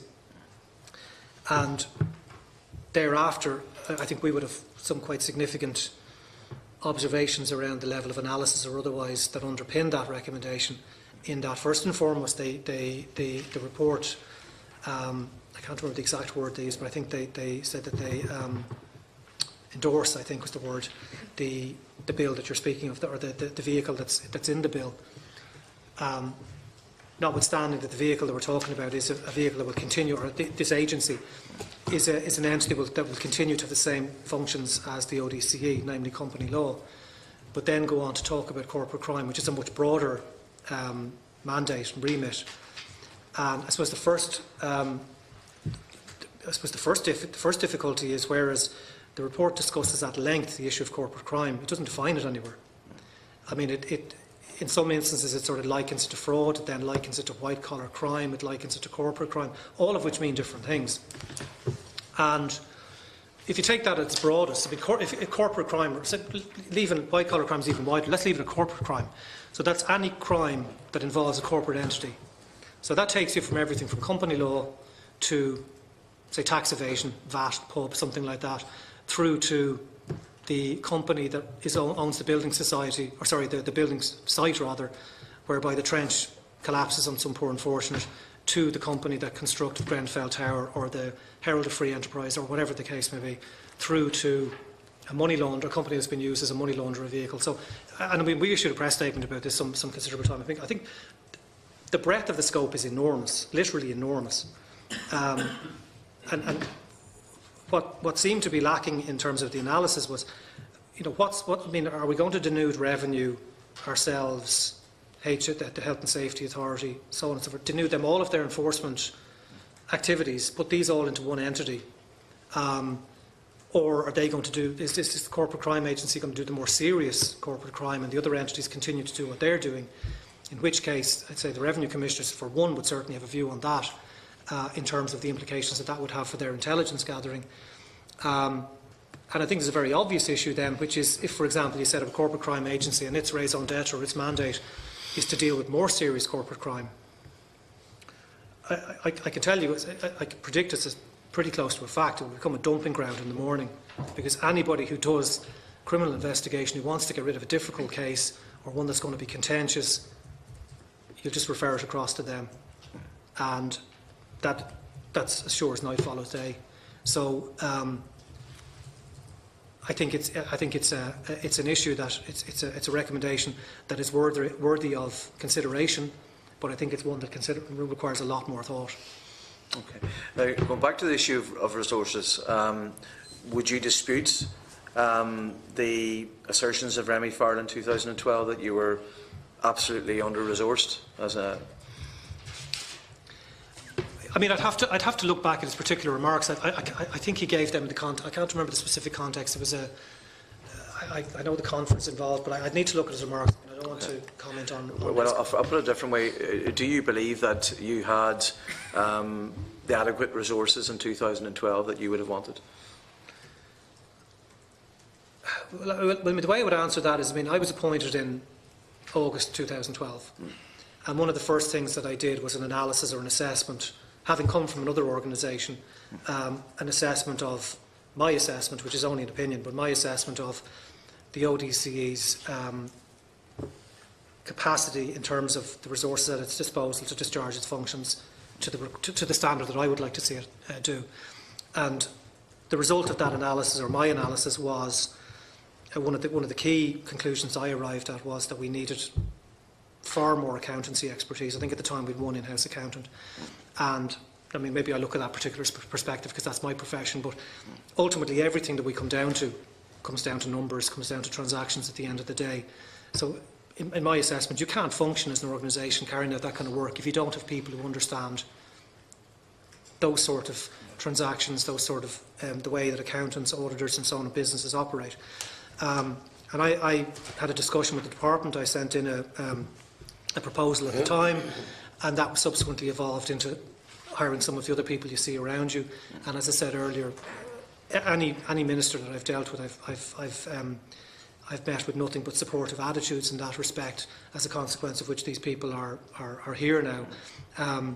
So, and I suppose I've never been. To me, it's not about more people, it's not about more bodies. It's about the right bodies. It's about the right people.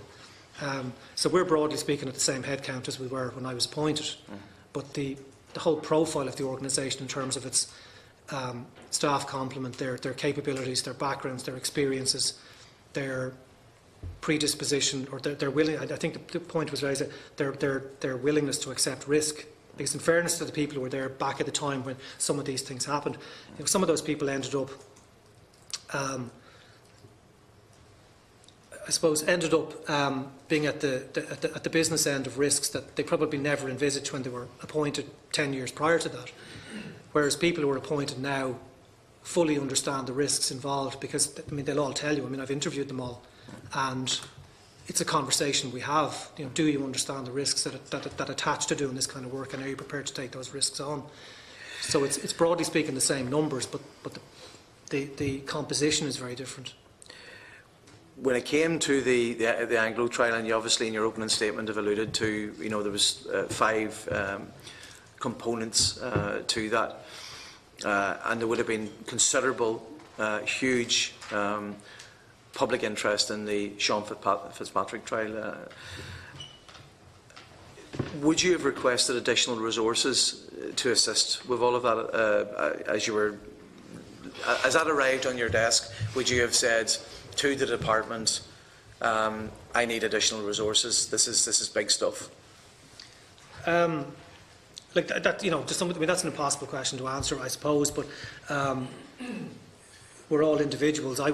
I'm sure I would have arrived at my own analysis, which may or may not have been different to other people, but to some extent it's an impossible question to answer. But I mean, I tell you, I know now, and I've mentioned it earlier, if something like that descended upon us now, I think the thought processes would be entirely different in that, and I said hindsight is 20/20, but when you've been through it and you appreciate that when these risks crystallise, how badly things can go wrong, you look at everything through a completely different prism, and everything we look at now, be it civil investigations, criminal investigations, everything we look through the prism of risk. Because I'm conscious that you've referred also in your opening statement to the INMN investigation and the findings of the courts that should progress. But I would have mentioned in my comments last week when I was questioning the senior department officials that we know that due to Brexit there are huge financial assets currently being transferred, 190 billion euro alone from Barclays, just Barclays alone, 190 billion euro.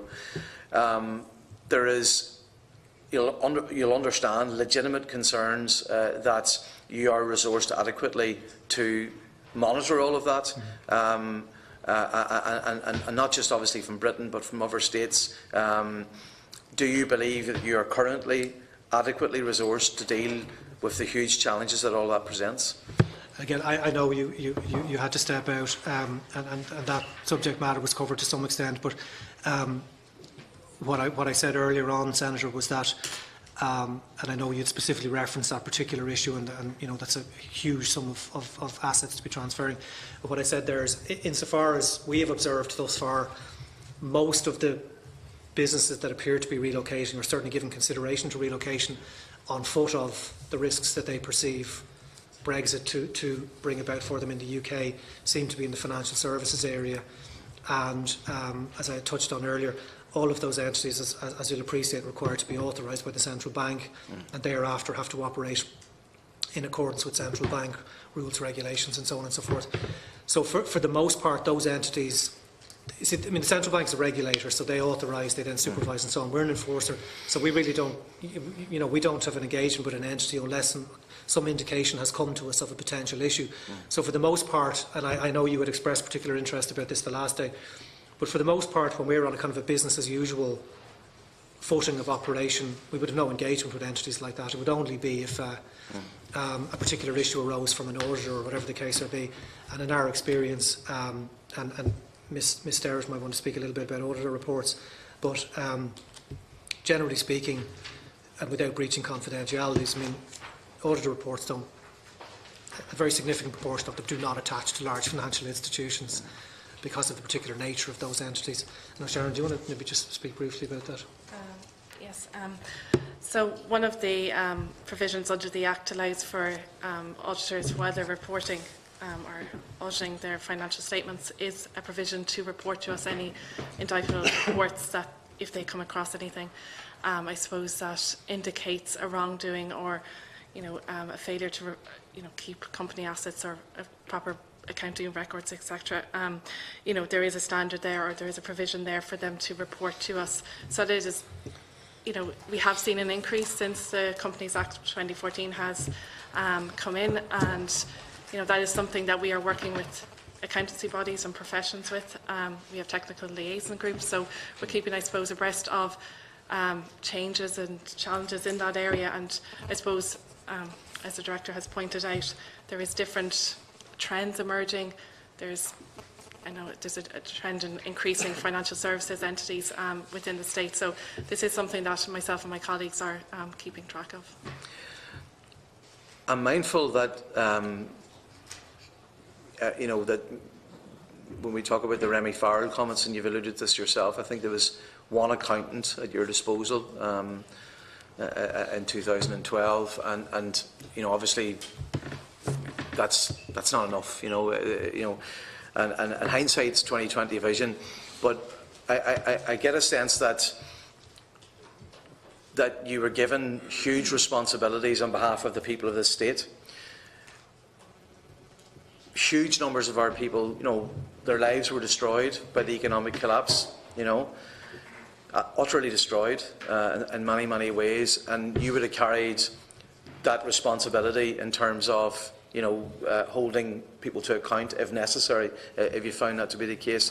And one of the things that we've looked at is, I suppose, as a body politic, is the whole area of regulatory oversight and the role of auditors who gave these banks a clean bill of health.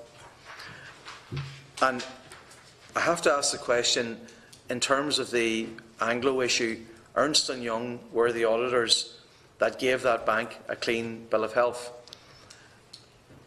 And was there any sense in this case or other cases where, how did that happen? How could they have given Anglo a clean bill of health? And is there any... I don't think the Director can answer that question. I have to ask the question. I think if the public were here, they'd want to ask that question. Perhaps in the documentation, and perhaps we'll get more light, and we'll revisit this in another day. But I do leave that question hanging there. That it is a question that's asked. That the show trial of one individual, the need for people. What is there an issue where other bodies gave these institutions clean bills of health? It's a bit like when you go in an aeroplane, you trust that the pilot can fly the plane, you put your life in the pilot's hands. We put a lot of trust in people a lot of the time, and in this state we put our trust in people who presented themselves as professionals and would audit and would give organisations a clean bill of health, and we put our trust in them. Investors put their trust in them.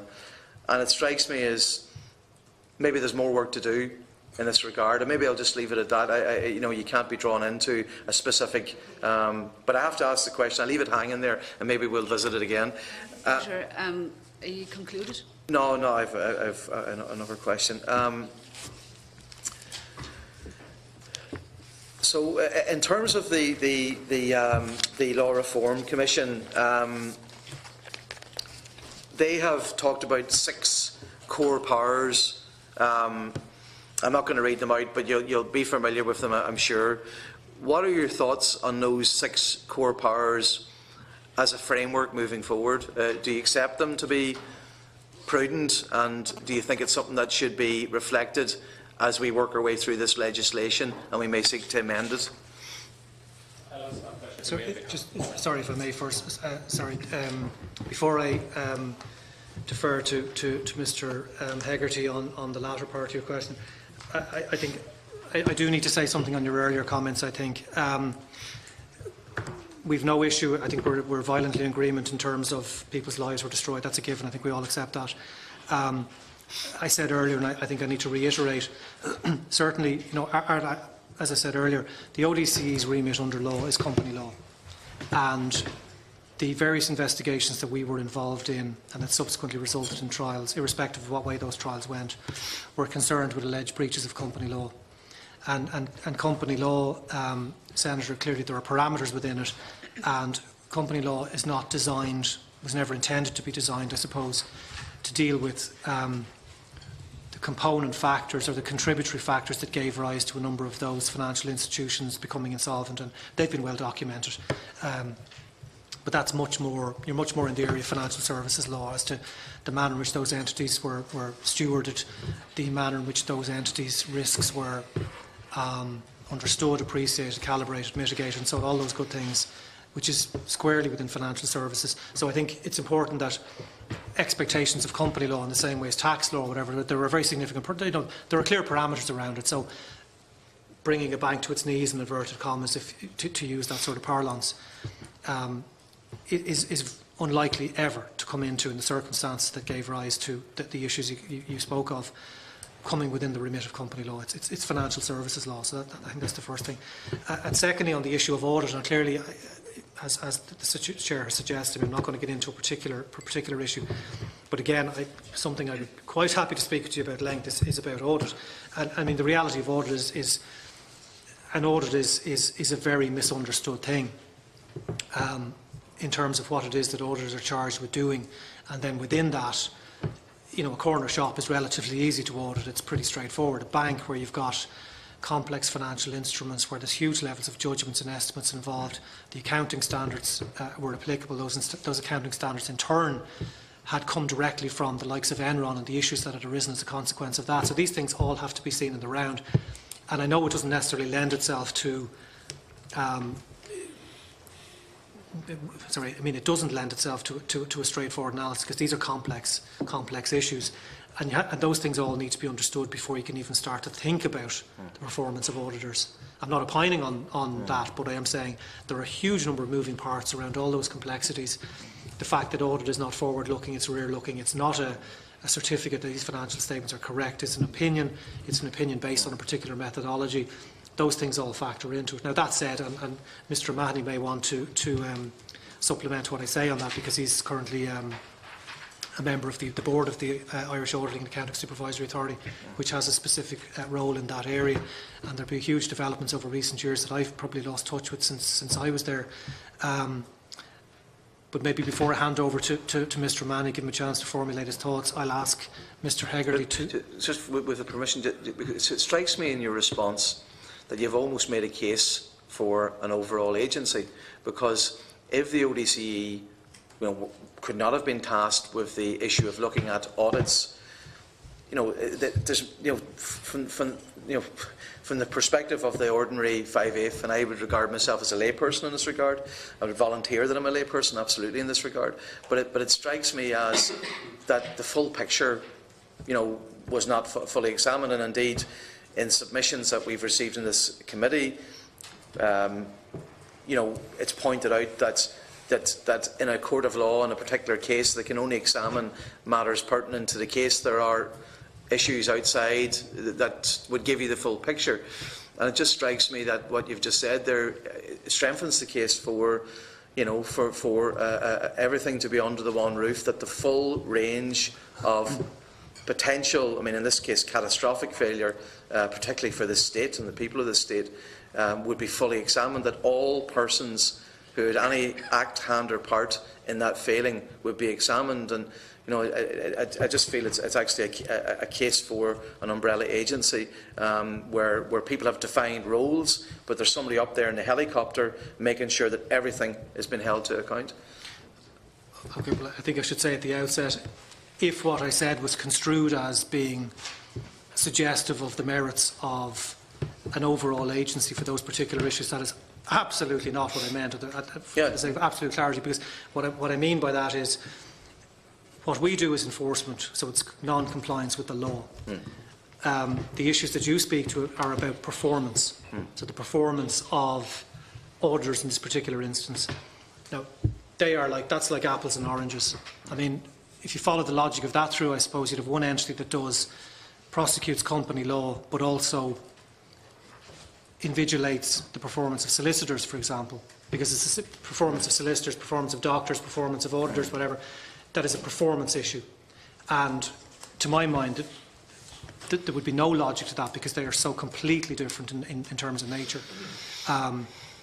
What auditors do is highly specialised, but it's also a performance issue. It's not a wrongdoing issue, it's performance. Same way as a doctor or a lawyer, whatever the case may be, if you act in a manner that is substandard vis-à-vis your obligations to your profession, there are mechanisms there. IASA does accountants, the Law Society, the Legal Services Regulatory Board does solicitors and barristers and so on. They do that for a reason, because they're two very different things.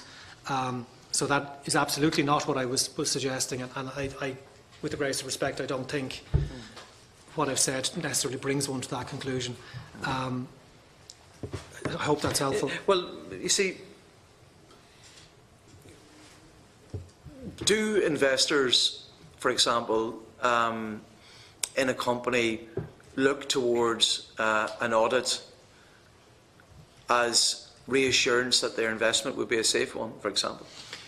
I think the reality, Senator, I don't purport to speak for them, but I would guess, if you asked your average institutional investor, when you're making a decision to invest in listed company X in Dublin, London, whatever the case may be, how much weight do you attach to the audit opinion?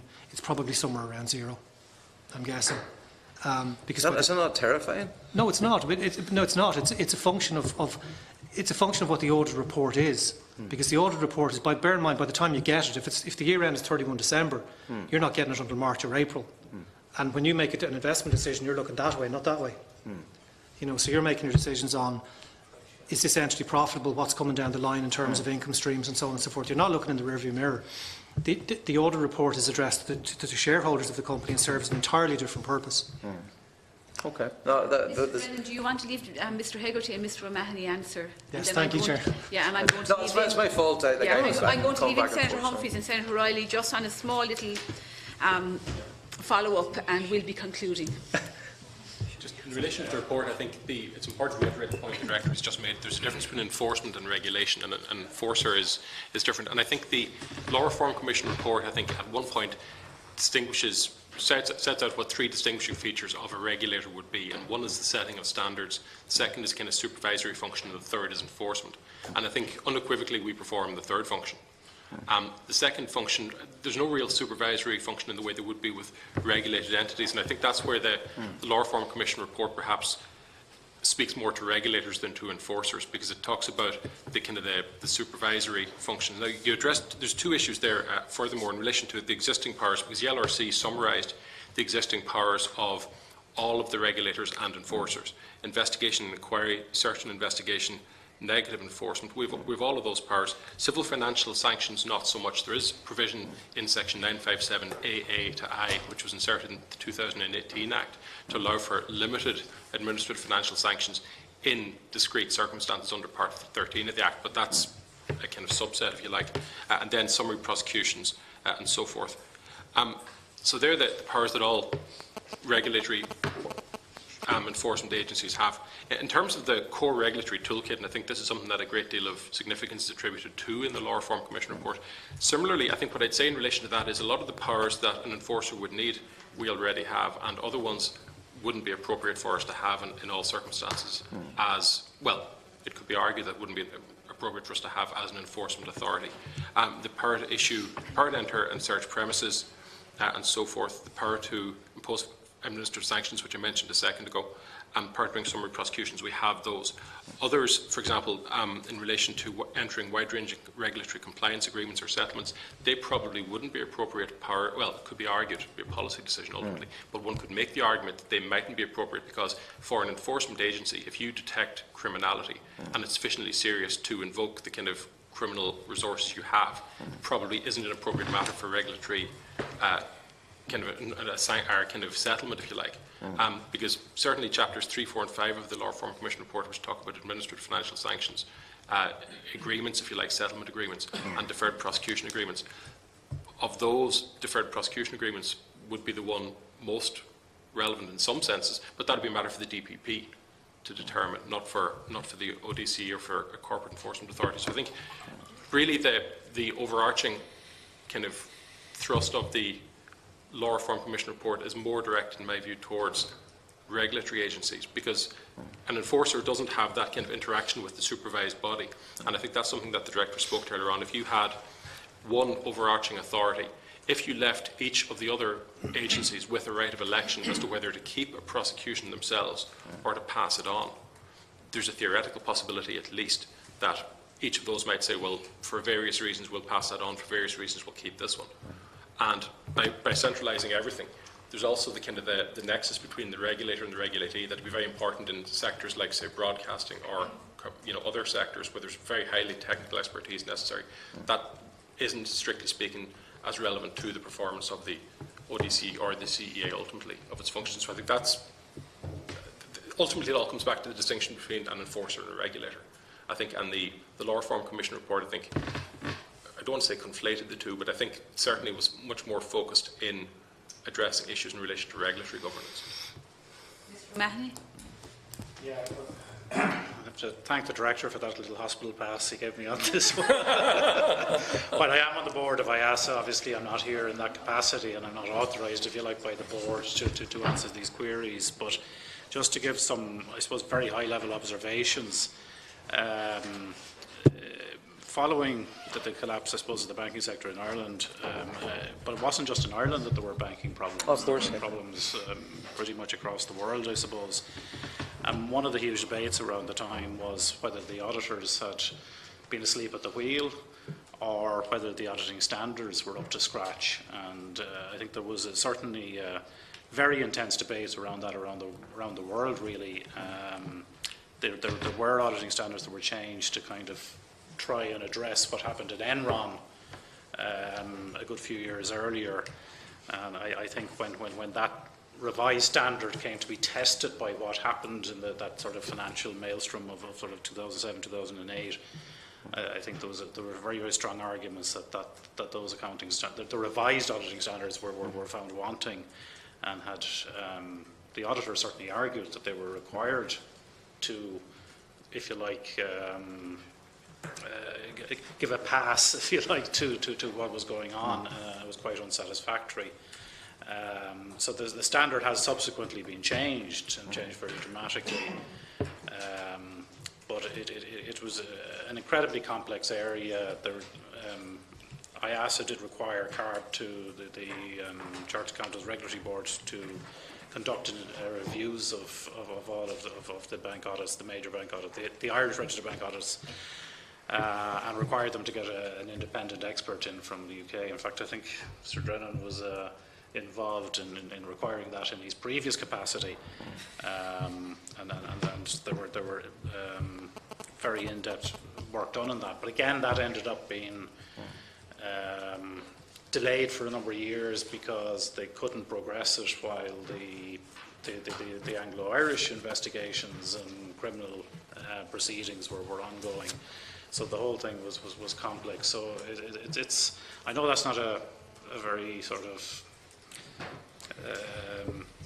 satisfying answer, if you like, in that it doesn't show great blame or whatever, but they are very complex areas, and I think it comes back to what the Director said, which is auditors do a particular job, but it's probably not the job that maybe the man in the street expects them to be doing.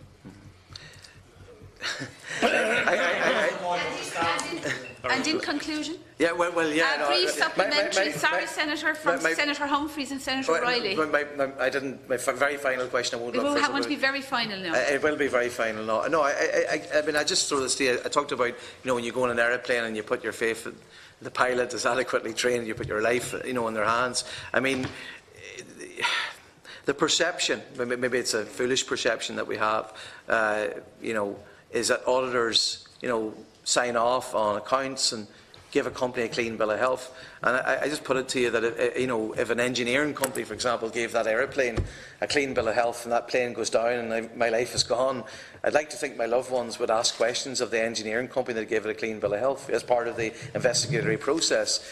And I just feel that this is not a complete picture that we're getting here in terms of what has gone. Remember, like if your response is that was all we could look at, then that's good enough for me.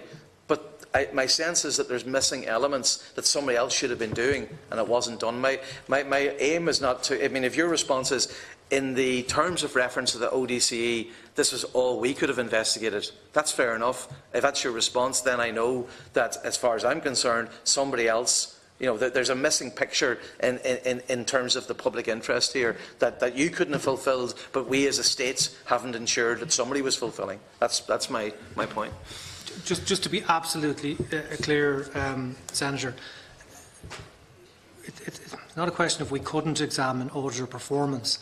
Auditor performance doesn't come within our remit, so it's not that there was some sort of impediment. It falls completely outside of our mandate, and IASA, which I know is an entity that also comes within your remit, given your jurisdiction with the department, up until relatively recently had a particular mandate, and that has now changed on foot of European legislation, whereby they have a direct relationship with those audit firms that you reference, whereby back in my time we couldn't go into an audit firm and carry out an inspection on an audit file. That has now changed to whereby they can, and indeed they do that. So that whole regulatory mechanism, that whole regulatory framework has changed in recent years, and there is a statutory entity that not only can look at audit performance but does look at audit performance. It just doesn't happen to be the ODCE because we do something completely different. I hope that helps. I'm quite happy to talk about that offline. You'll be back again so we can develop it further. Senator I had two questions. You've been very patient. You're just after answering one of them comprehensively, so I won't repeat it. But just in relation to your open statement, on page 1, the rights as members of a property management company, it's been involved in vindicating the rights.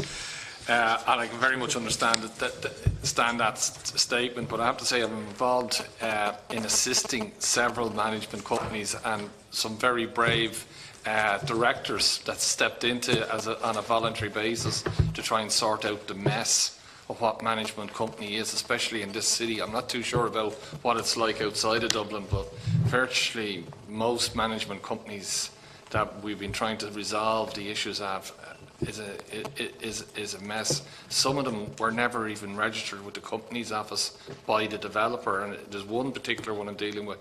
The developer is gone 12 years, and we've now discovered that the management company was never registered. There's been no returned accounts for 12 years, and people, brave individuals in the apartment block, is trying to resolve it. I'd hate to think that those are the individuals that had actually come to fall, and there's huge costs in trying to resolve those messes across the city, because we have to re-register them as companies.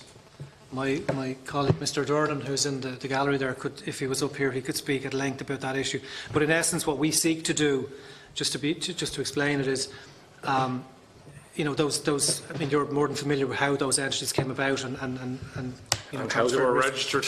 Yeah, and what we seek to do is to try and help people where, for example, the directors haven't convened an annual general meeting for some time, which denies the members access to financial statements, access to having a vote on who the directors are, taking in new directors. So we seek to help those individuals to vindicate their own rights, thereby moving forward to address some of the issues that you've clearly alluded to, and which have a very significant impact on people's lives on a day-to-day basis. And to whatever extent you might be interested in the material that we've provided, there's a whole suite of data around the sort of directions we've issued to people to that effect and so on. I'm quite happy to provide any further information on that if you want some. No, I'd be happy if you would. I don't want to delay the meeting any longer, but if you have that.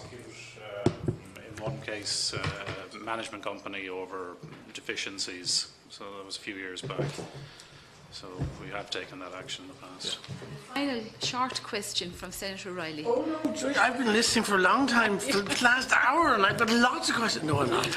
Look, first of all, thank you all very much for coming in. I mean that genuinely, because you've explained a lot of stuff to us that wouldn't have necessarily been obvious to us. That's the first thing to say. A number of issues arise. I mean, I absolutely share Senator Humphrey's concern around management companies, and the question I was going to ask is, have you actually prosecuted somebody for the misdemeanours, some of which he has outlined already, rather than prosecuting a company, which seems rather, somebody pays a bit of a fine, good luck.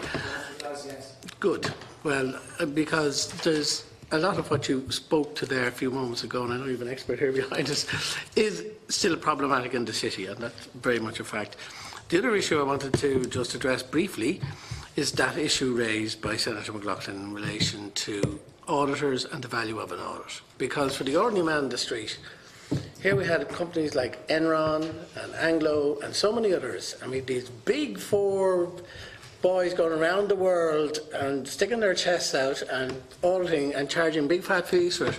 And what does it actually mean? So rather than delay the meeting at all, you've mentioned IASA, you're on the board of it.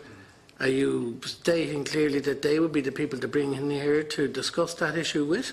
Because I'd be very, very happy to do that, and to do two things, do two services to the public and maybe do a service to them, to explain to people and highlight to people what auditors do and an awful lot of what they don't do. So people put a misplaced, if you like, trust in, as Porga said, in an audit and the fact that you've audited accounts.